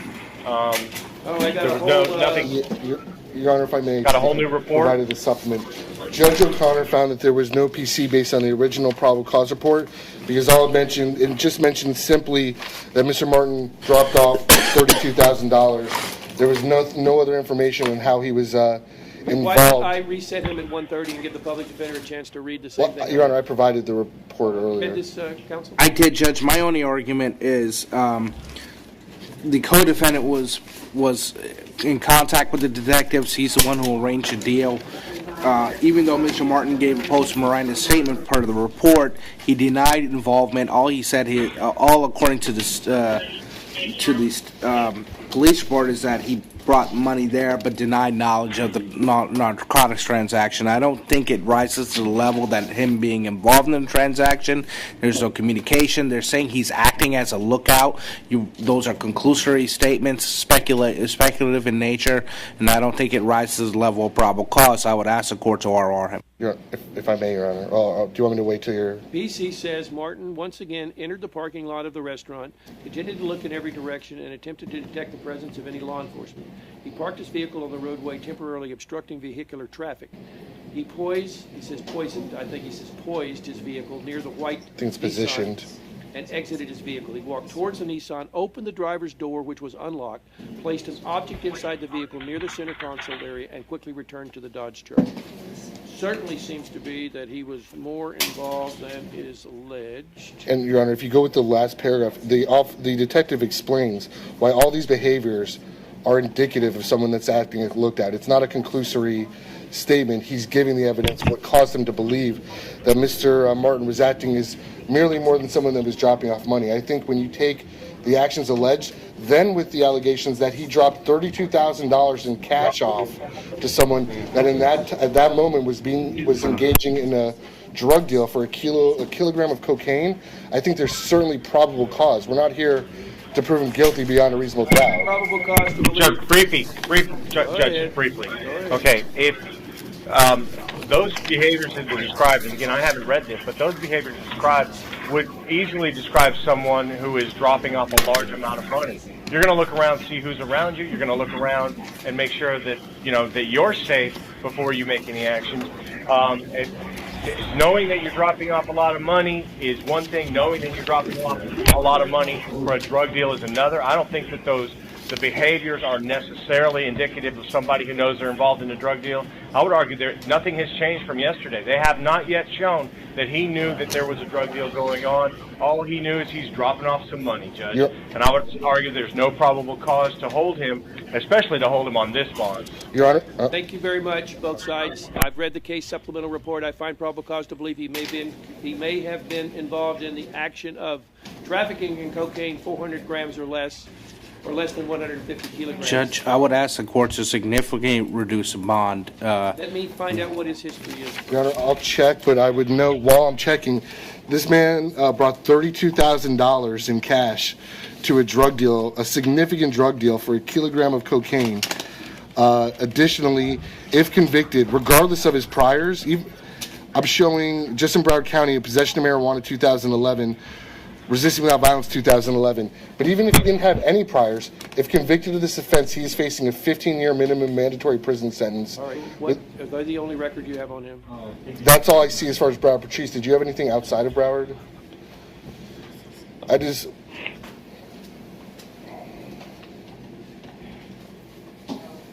All right. I set the bond at $100,000. Good luck, sir. Yvonne Michelle Smith is the only last case I have.